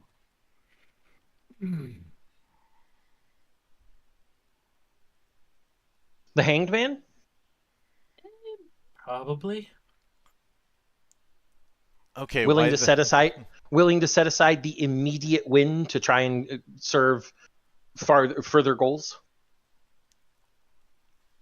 Lieber was a bit of a mastermind, remember? Yeah, he was, especially a mastermind when it came to his own belief that the right circumstance could make anyone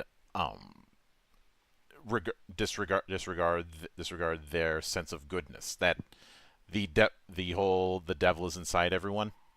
Yeah. Or well, and go ahead. If you prefer, madness is like gravity.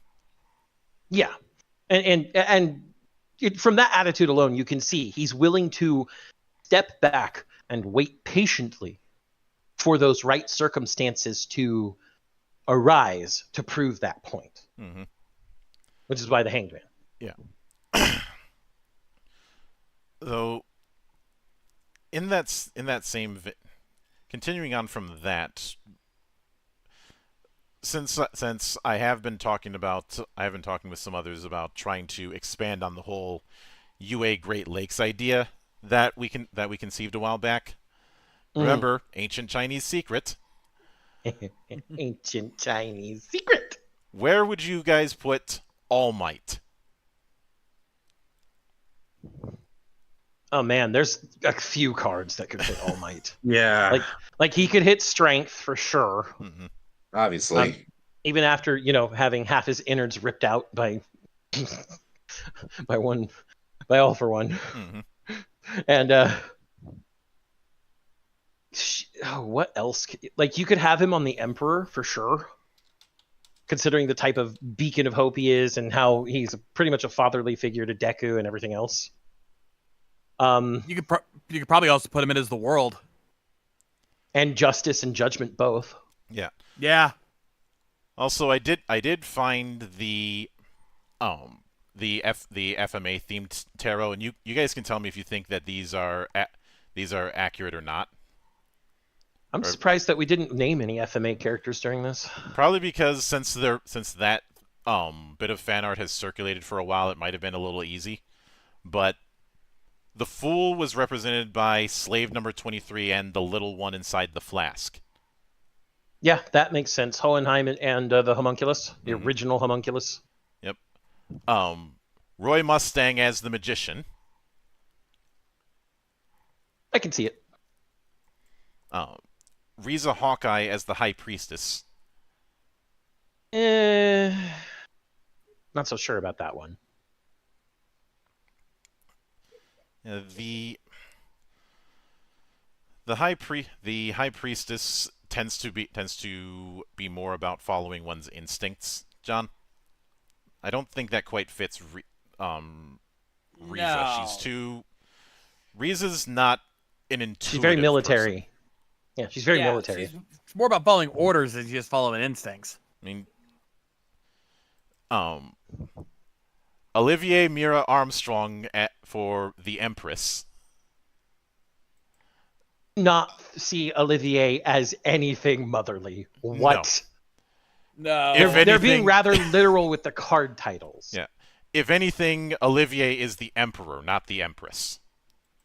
Yeah, I mean, the Emperor, I think, should probably go to Van Hohenheim after he's Van Hohenheim, but still. If we're talking the High Priestess and intuition, I'm gonna put Ed there. He's a very intuitive man. I could see it, especially since a lot of times whenever Ed was in a situation where he's faced with an obstacle, he usually overcomes it by thinking on his feet or approaching it in unconventional ways. Exactly. Ed would make a grand high priestess, and then he'd immediately rage that we not only put him in a position normally held by women, but also he's still short, and we're the ones putting him in that position. All hail his short holiness. Short. As for the Empress, God, why do I forget her name every time? Winry? Ed and Al's master. Oh, Izumi? Yeah, Izumi Curtis, yes. While she trained them and was very harsh while training them, she still is a comfort for them. Winry, I think I would put in lovers, obviously. A little on the nose, but okay. On the nose kind of fits here, though. Gonna say. Yeah. But if we're the Empress, I think Izumi fits. She does act a bit harsh at times, but even a mother must be harsh with their children. I'm sure Kay would agree. Yeah. I'm sure both of you would agree that at some points you have to be harsh with your children, but I don't know anything about that. I've never raised children. Oh, but But she's still like they come to her for things when they truly need things. She is a shelter and comforting maternal home away from home, so to speak. Mhm. Could also use probably Winry's grandma for that one as well. yeah. For the Emperor, they put King Bradley. That's too literal again, but they're also kind of right. Like Fuhrer Bradley, his public persona, I should say, he's very stern, very father-like. Treats his son Selim very well, like a good dad should, but still keeps him, you got to be built strong, kid, even though he's actually subordinate to Selim because Selim is pride. We won't get into that. So his public persona, sure, fits Emperor. His non-public persona, his status as a homunculus. I'm not sure I'd put that on any of the cards. He's just kind of a tool when he's acting as a homunculus. Look at the way he fights. He's more of a force of nature than anything else. Yeah. Even if he's got a small army against him, he can still. All he needs is just a few swords, and that's that. 4 Swords. 4 Swords Adventure? Oh wait, no, wrong franchise. For the Hierophant, they picked Maze Hughes. What? No. What? Nani? What? Oh, I think we broke him, folks. You there, bud? You there? I'm here. I'm just thinking about how wrong that is. Hughes was never what? The only thing I could see applying when it comes to Hughes is his affections towards his daughter And wife. Yeah, him being that level of family man. But then that goes back to Emperor. Yeah. The Hierophant. If I would say if there's somebody who would fit the Hierophant, it would probably as much as this might be a stretch, Scar. No, Scar would be Justice. I could see it. Maze does not fit the Hierophant. Well, the only person I can think of in all of this that fits the Hierophant is Father. Given the relationship that is had with the 7 deadly sins to Father, I could see it. And actually, they did put Winry for the lovers, so that one's on point. Also, just to keep our attitudes perfectly level, might I remind you that Mice Hughes should only be on one card here, and that's the fucking sun.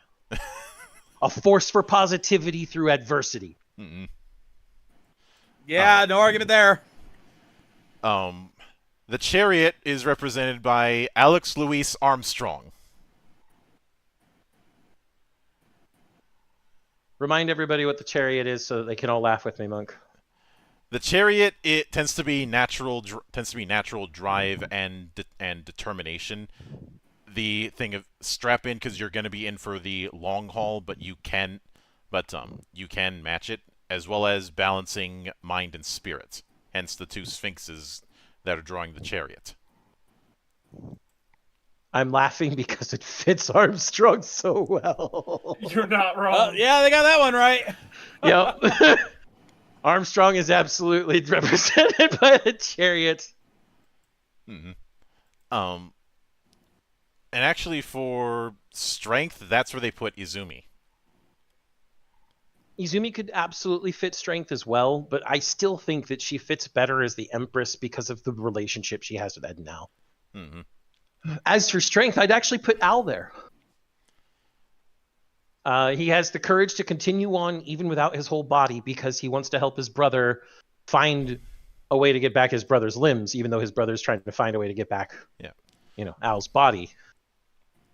And he has the courage to continue even when the stakes continue to get higher and higher.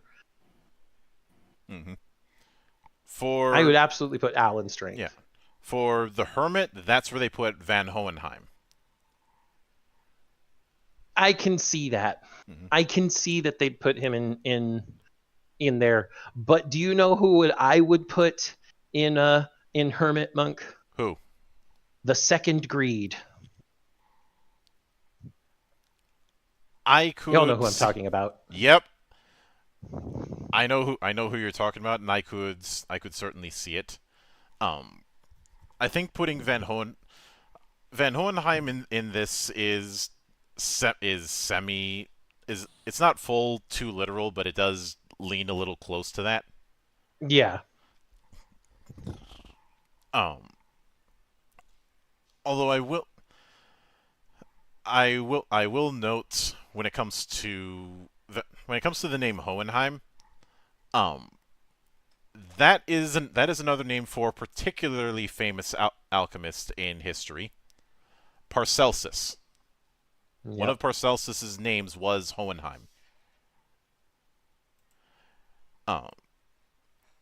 As far as the Wheel of Fortune, that was given to Trisha Elric. She is the force for change in their lives. That's while grim, that's true. Yeah. I mean, if we wanted to go more literal and less person, we could do the entire alchemical circle around Amestris as the Wheel of Fortune. I mean, that's literal and still fits the meaning of the card, though in the darkest way possible. For Justice, they put Nina and Alexander.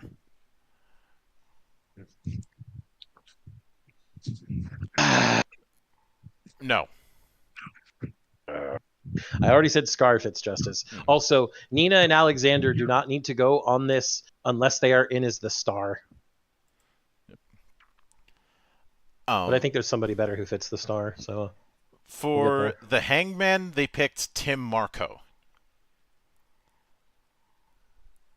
What? But why? No. You know who would be better here at the Hanged Man? Someone willing to step back and wait for the opportune moment for their purposes. This is where you could put Olivier, who's been waiting in the north patiently until she could turn on the Amestris Central Command and Führer Bradley himself. Mm-hmm. This is where you could put Olivier. Yeah. For Death, that's where Scar was placed. I feel that's too literal. I feel that's way too literal, since Scar is there to just, kill state alchemists at first. Yeah, though it's way too literal in the sense that yes, he starts out as this zealot, but his zealotry largely revolves around his faith, not around which is why something like Justice or Judgment is a better fit than Death. Yeah. There is one person who I do think would fit Death a little bit better. Who's that? Kimberly. I mean, that's still kind of literal, Monk. It is, but considering his outlook, I could see it. I will admit there is a bit of a literal because, well, he makes living bombs out of people, and literally gets off on the sound that human screams make, because he is a high functioning psychopath. High functioning psychopathic sadist, yes. Mm-hmm. I don't know, The whole. because death is more about change Mm-hmm. and about transformation after, for example, giving up a past or giving up a position. I should, like, if I wasn't gonna put Lin Yao in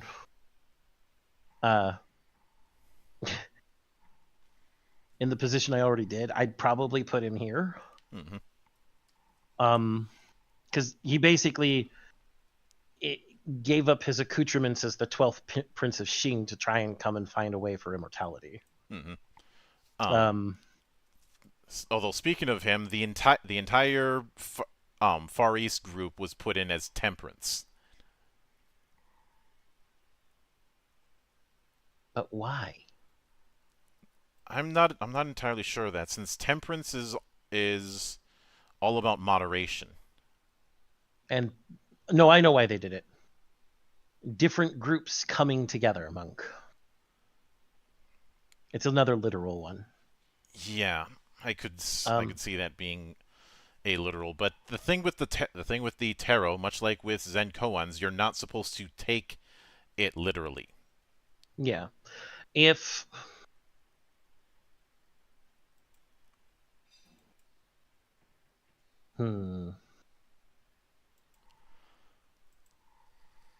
given that Temperance is that kind of balance,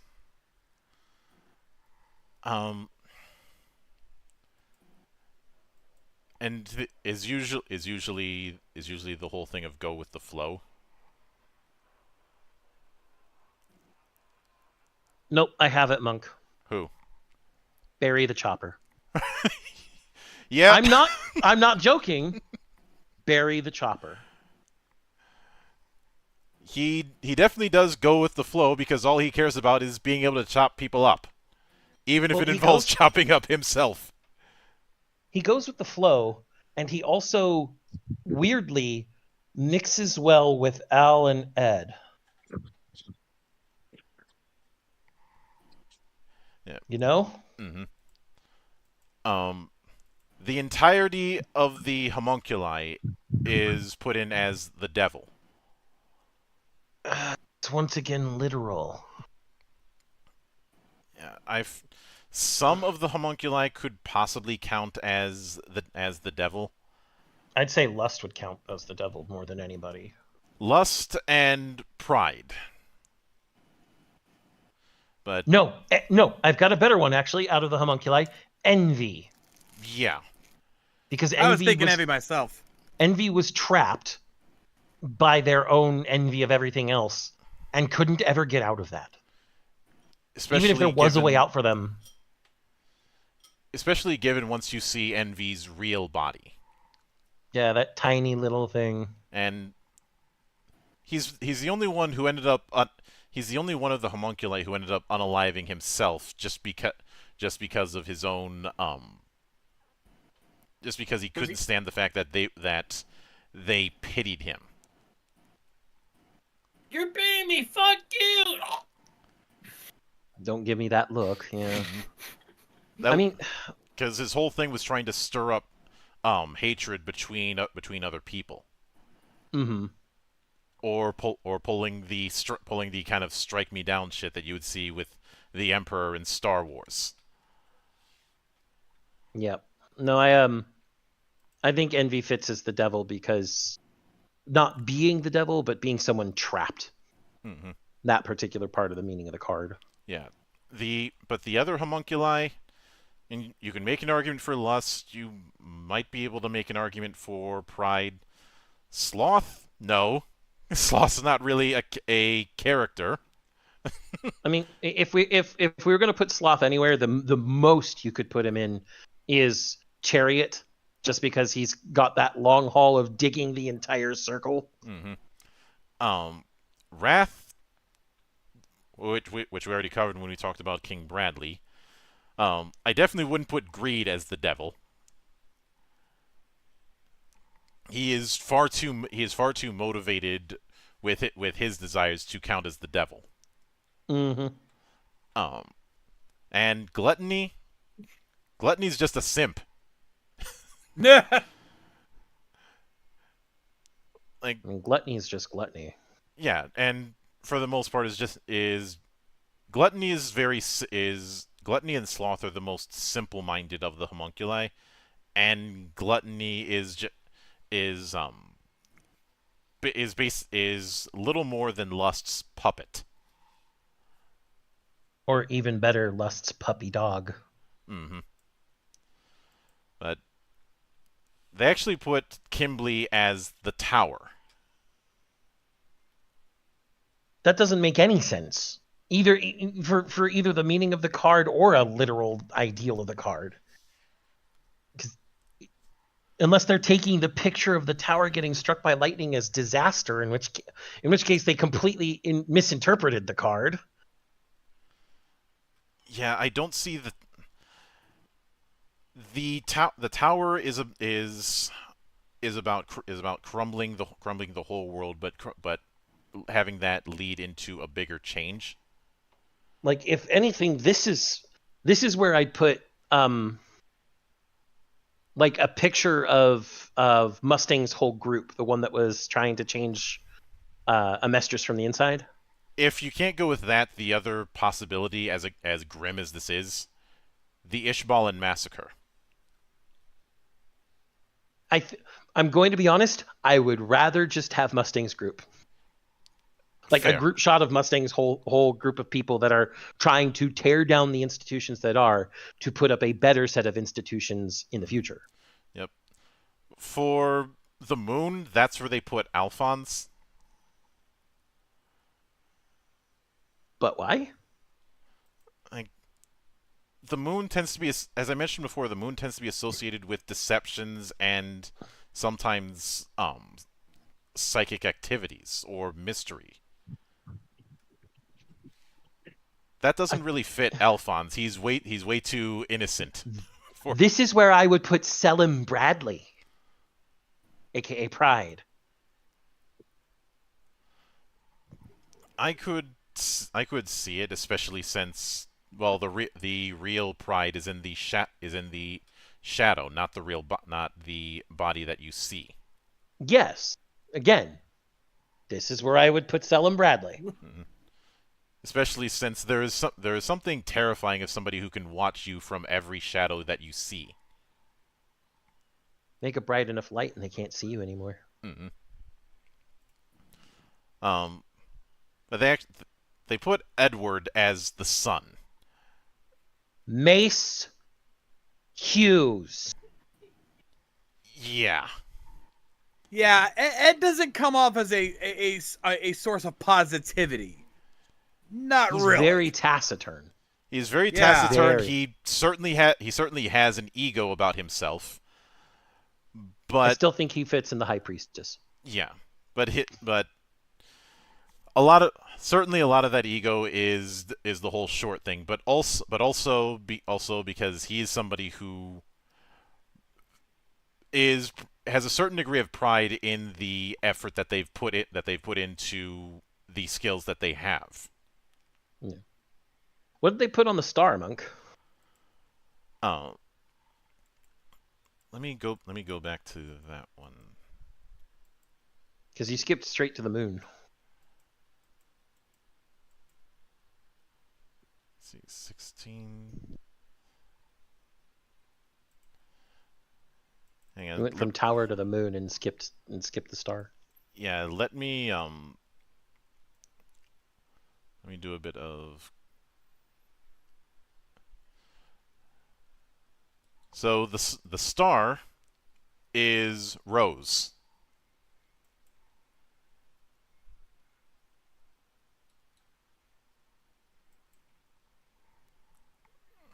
Okay, I can kind of see that, but only kinda. I feel like there's better candidates. There are better candidates for sure. Judgment is the gate of truth.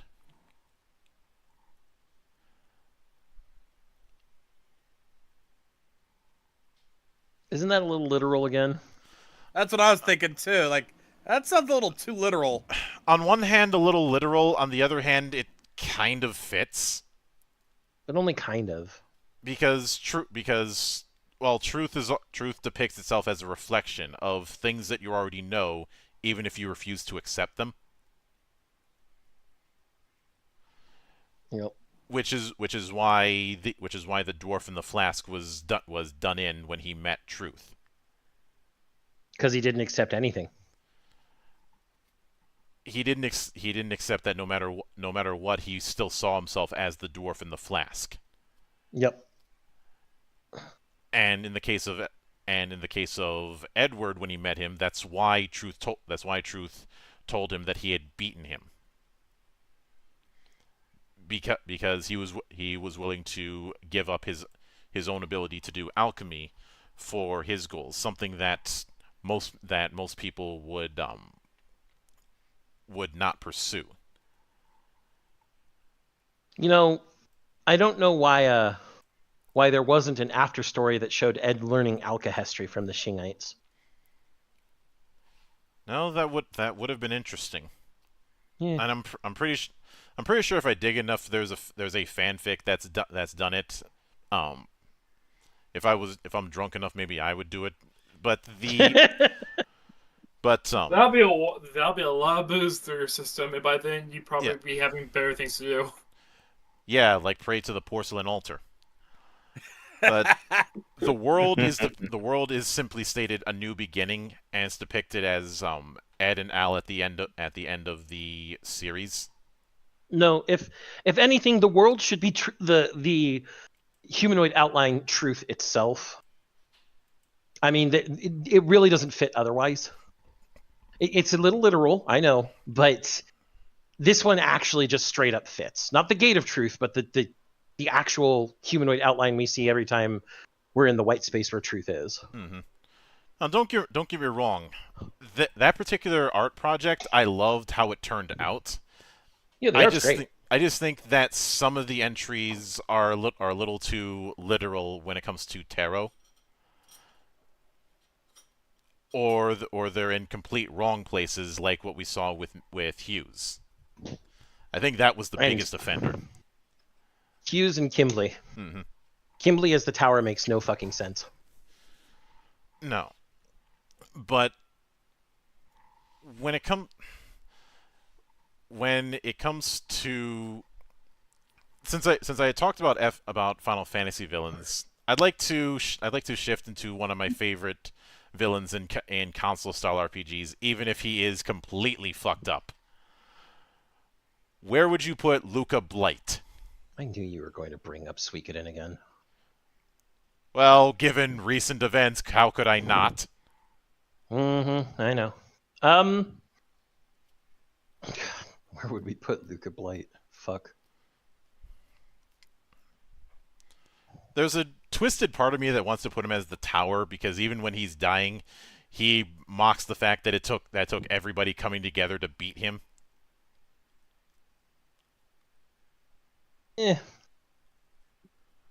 Honestly, Monk, I think I'd put him under the devil, because until you guys beat him, everybody thinks he's unstoppable. Yeah, like there's no escaping Luca Blight and all the evils he does. That everybody just has to submit or die. Yeah, truth be told, a lot of console RPG villains could count under the devil because they are controlled by some sort of past event. Mm-hmm. Not all of them. I do think there's a few that would, and as tempting as it would be, I don't think Asgore would count as the devil. No. Asgore's still the emperor in the end. Just like Toriel is still the empress in the end. Mm-hmm. Like that's both literally true and metaphorically true per tarot meanings. Yeah, the character in Undertale who would fit the devil would be Flowey. Absolutely. Oh yeah, easily. No, there's one worse, and John probably just thought of it as well. Alphys. She is constantly scared that the errors of her past are going to come back to her, and she doesn't know how to fix them. It isn't until you've played full pacifist, the true pacifist run, that she finally breaks free with your help. Yeah. This might be a bit literal, but I do think Undine would go as either justice or judgment. Strength. I could see strength. The courage of her convictions is more about what she's about than just being a balanced hand or being the final arbiter of something. Mm-hmm. Especially since she does kind of act as the final test. Although I think an interesting one is where do you put Metaton?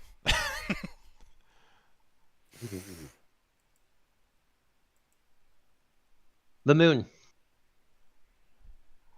The moon? Mysteries, deception. Well, he is a little TV bit of show host. Well, also the deceptions he has with Napsta Blook and Alphys. How he tricks even them.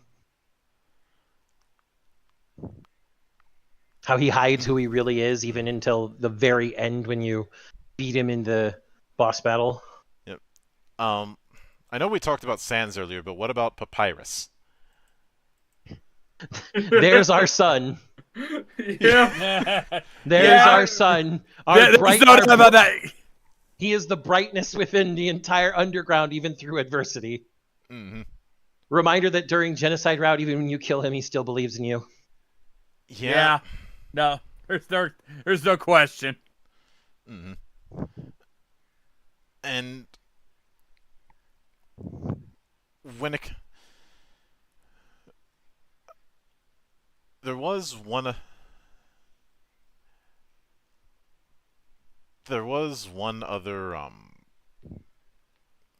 other individual I was thinking, and as tempting as it would be to look at Deltarune and see where characters would fit with that, I would be hesitant to invoke Deltarune for this because that story isn't finished.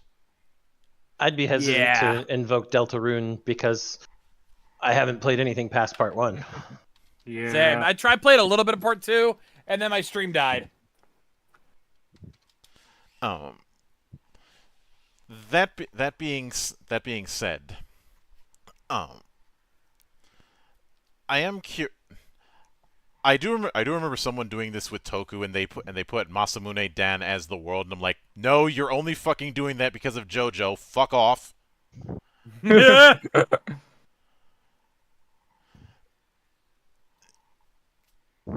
And I know it would be tempting to put him as Justice, but that's only because of his song being the same name. I mean, the one person in my mind that strikes as the world is Kota Kazuraba because he becomes the man of the beginning. Yeah. Either that or Ukyo Ace at the very end of Geats when he becomes God. Mm-hmm. All hail our Lord Fox-sama. Yeah. But since we talked about it before, I'd be curious where you'd put the members of King Oger. Oh. Starting with Gira. This is where I'm going to sit out because I have not seen King Oger. Gira is absolutely strength. Definitely. All the courage of his convictions to fight against what he finds to be wrong with the world, but it's absolutely his courage that drives him.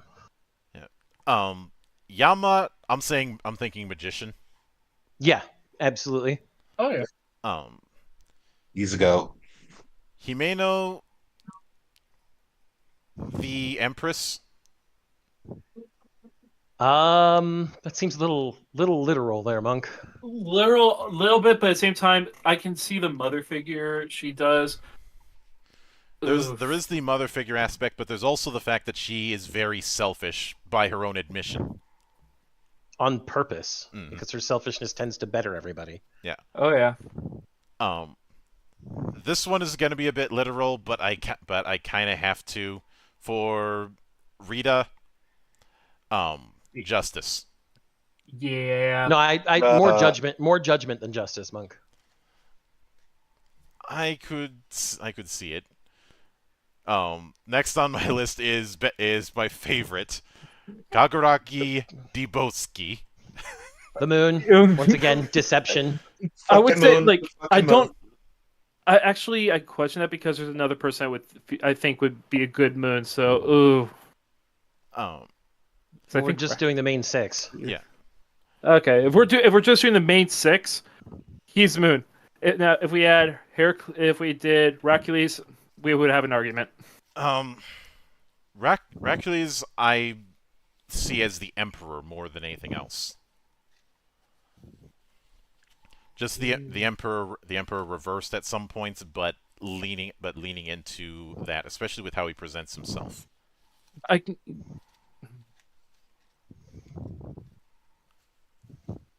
don't see the deception is not as instrumental to his character as it is for Kaguragi, okay. You're fair. That's fair. who not only is the whole lies thing part of his deal, but also the idea of dirtying his hands for the sake of his people. Yep. And well, his country is the centerpiece of agriculture for Terra.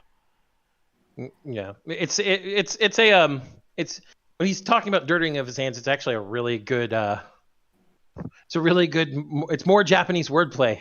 Mm-hmm. But Jeremy Brasieri. The Chariot. Oh yes. He was in it for the long haul Mm-hmm. and continued to push forward the entire time. I could certainly see that. There is one classic entry that I'd be curious where you guys would put. John, have you seen Abba Ranger? Kinda.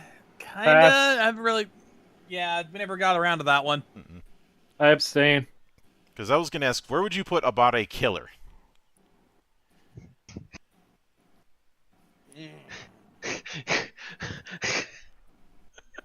Go ahead. Say it. I'm not gonna say it. Say it. I'm not gonna say it. What the love of God said, fucking say it. The devil reversed. You know what? That tracks. Mm-hmm. Yeah. So, and if I'm gonna be using that kind of thing, where would you put the first Joker, not not Shotaro. I think Shotaro is very clearly either the Star or the Magician. But Langle. You mean Palace? Diego. Yeah, Chalice. Why did I say Langle? Yeah, it's Chalice.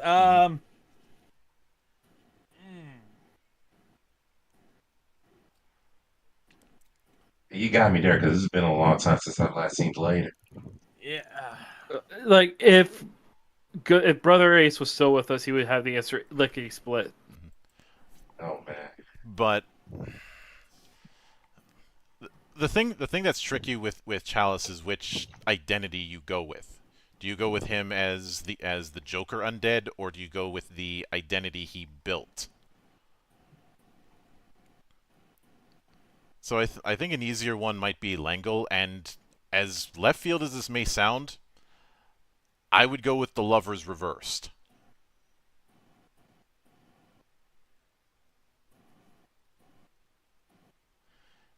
Especially given how screwed up in the head he was at the start, which was what made him such a viable target for the category A spider undead.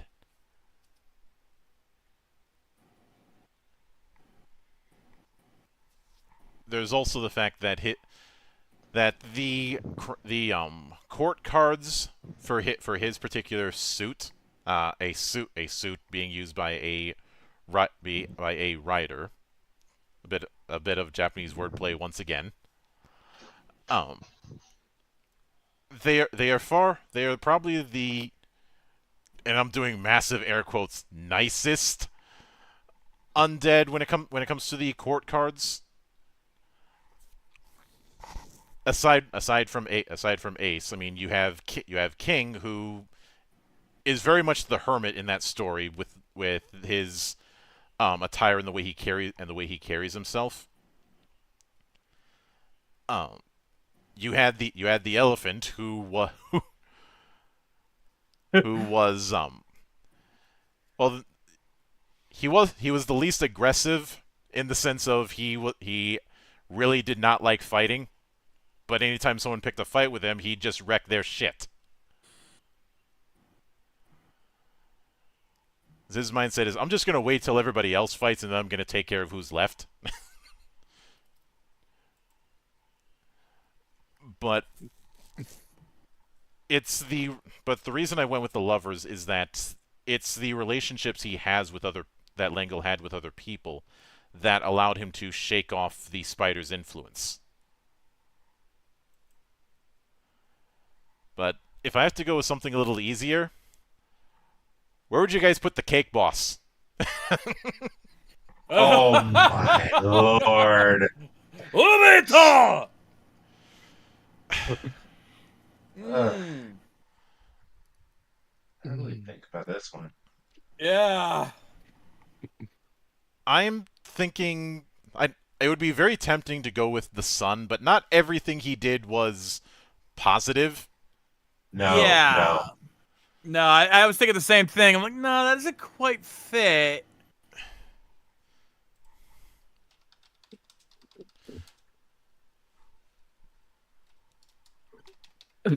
Nope, lost Zan. Oh, he'll be back. I mean, Eiji Hino would certainly fit the sun, I'd say. Yeah, that was his whole gimmick, was that he was this unending force of positivity because he wanted everyone to be able to just, enjoy, reach for what they wanted. Yeah.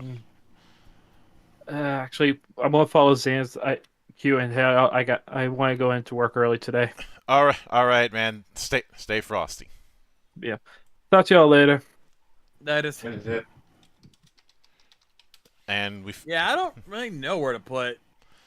I'm leaning towards the magician, because even with all the things, he is all about creating something new. He even in the second episode he says that the birth of something new is wonderful.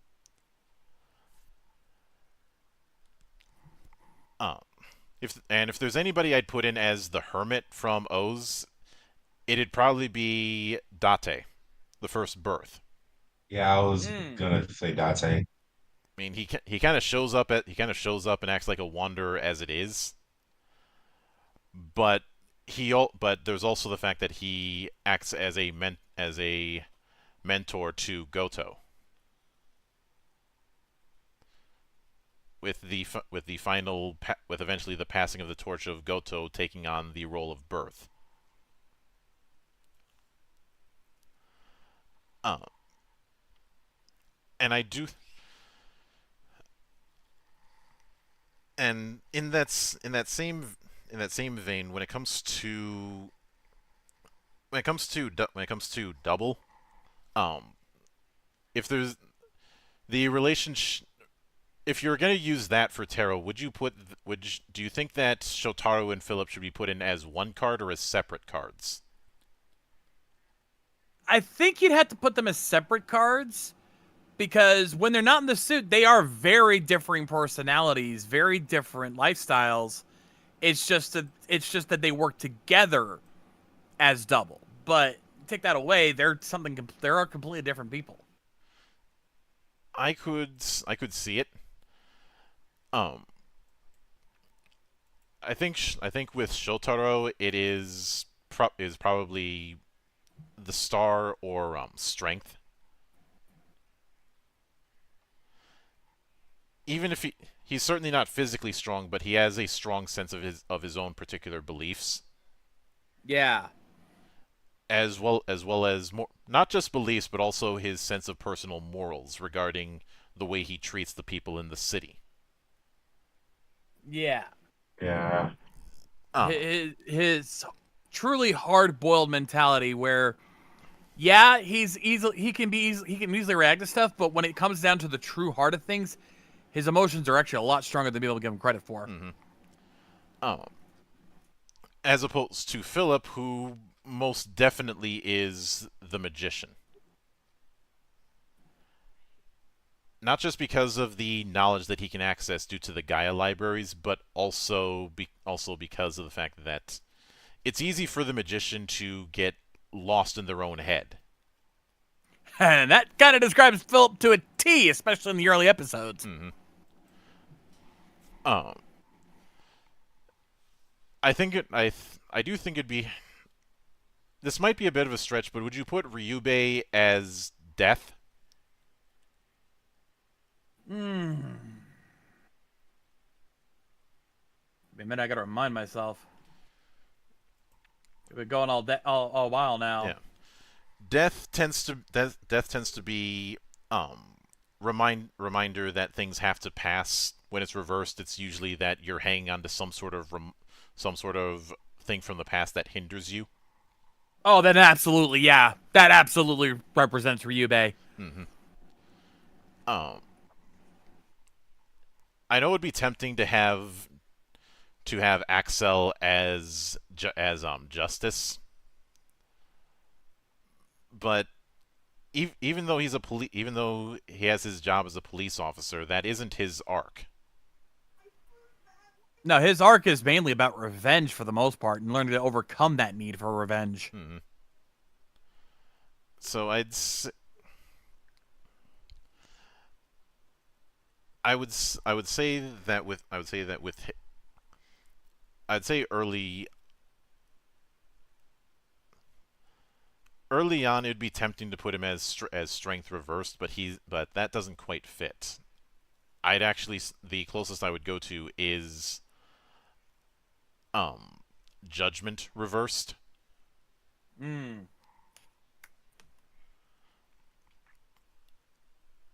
If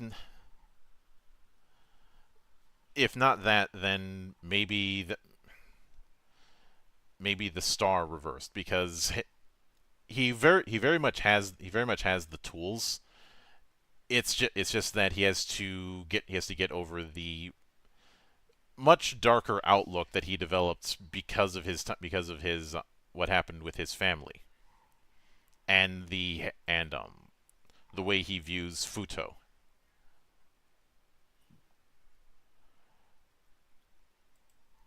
If there's anybody who I'd put in as the devil, Taboo. Yeah. Not just because of the fact that she's willing to stab just about anyone in the back to get what she wants, but also because she very much has that mindset of eyes bigger than your stomach.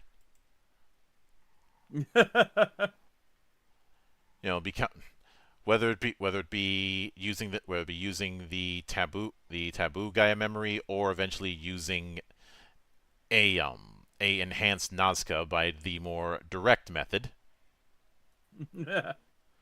Since as I recall, the devices that are used by the Sonozaki family allow for safe transformation to Dopants, but they don't have as high of a ceiling. Yeah, they're slightly reduced power, but in the return they don't get corrupted by its effects. Since a lot of monsters in Tokusatsu are portmanteaus, and Dopant is another example. I think it was the words mutant and doping. Yes. Which certainly fits for the time, because this was just a few years before there were all those controversies in the Olympics regarding PEDs. Yeah. And well, drug use is a particular motif with film noir, especially given the thing about film noir that a lot of people forget is that it was very much a product of post World War One thinking. You had a lot of people who came back from the war and saw man-made horrors beyond their comprehension, to put it mildly. And that's why you have that kind of theme of cynicism and hope in a lot of film noir works, usually laced with some sort of tragedy. And for a lot of people, like I said, they came back from World War One. And if anyone needs further details on why that would count to have that kind of mindset, consider the Battle of the Somme, or how so many World War One battles were just throwing soldiers to the meat grinder. Which is where the infamous Christmas truce, I won't say infamous, but famous Christmas truce comes in between two different armies, where they're like, "We're sick of okay, we'll kill each other later, but it's Christmas." But I think this was a very interesting experiment, and this may be one that is worth revisiting for other mediums, since despite our limitations, there are quite a few entries that could be done, and it's a good way to explore what we know when it comes to geek shit. Agreed. That being said, I wouldn't dedicate one series or one franchise to the like to a whole tarot deck. Like I know I've referenced Undertale a bunch of times in this, but I wouldn't do an Undertale deck. There's not enough characters to make that work. No. Unless you want to use some of the random encounters or some of the NPCs, and that'd be stretching things. Like imagine trying to use WD Gast in it. Yeah, Gaster doesn't really. Yeah, especially because Gaster's not really a character that exists. He's an Easter egg, and we're not even sure what Gaster actually looks like. It's been implied, but we've never actually seen what he actually looks like. Yeah. And with some of the others, it's just a case of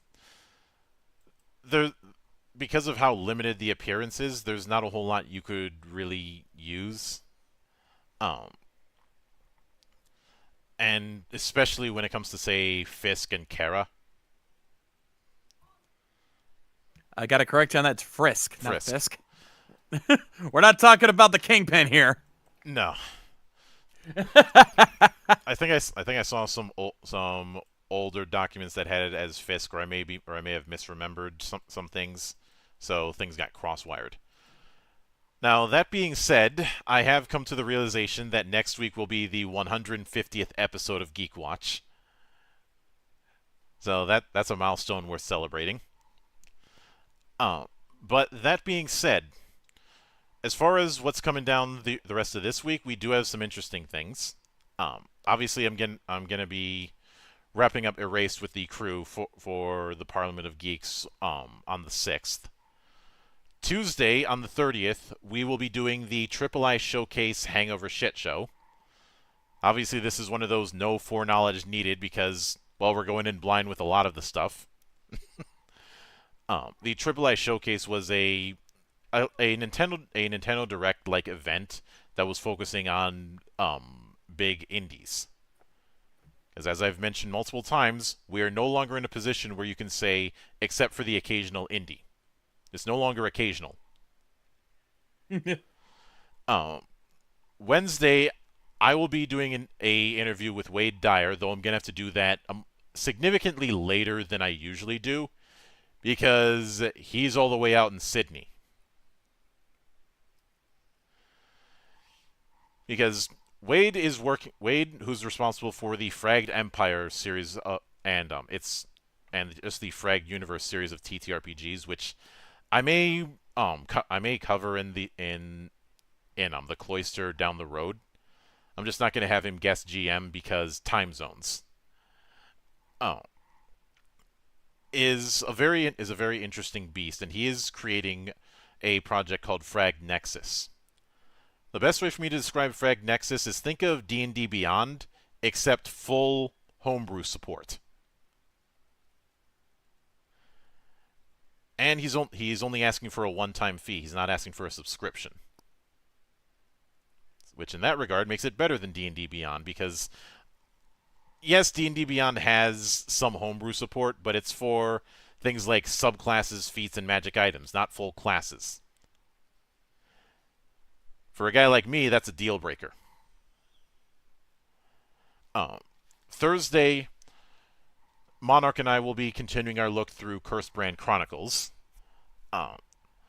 which according to one person is being covered by a new YouTuber.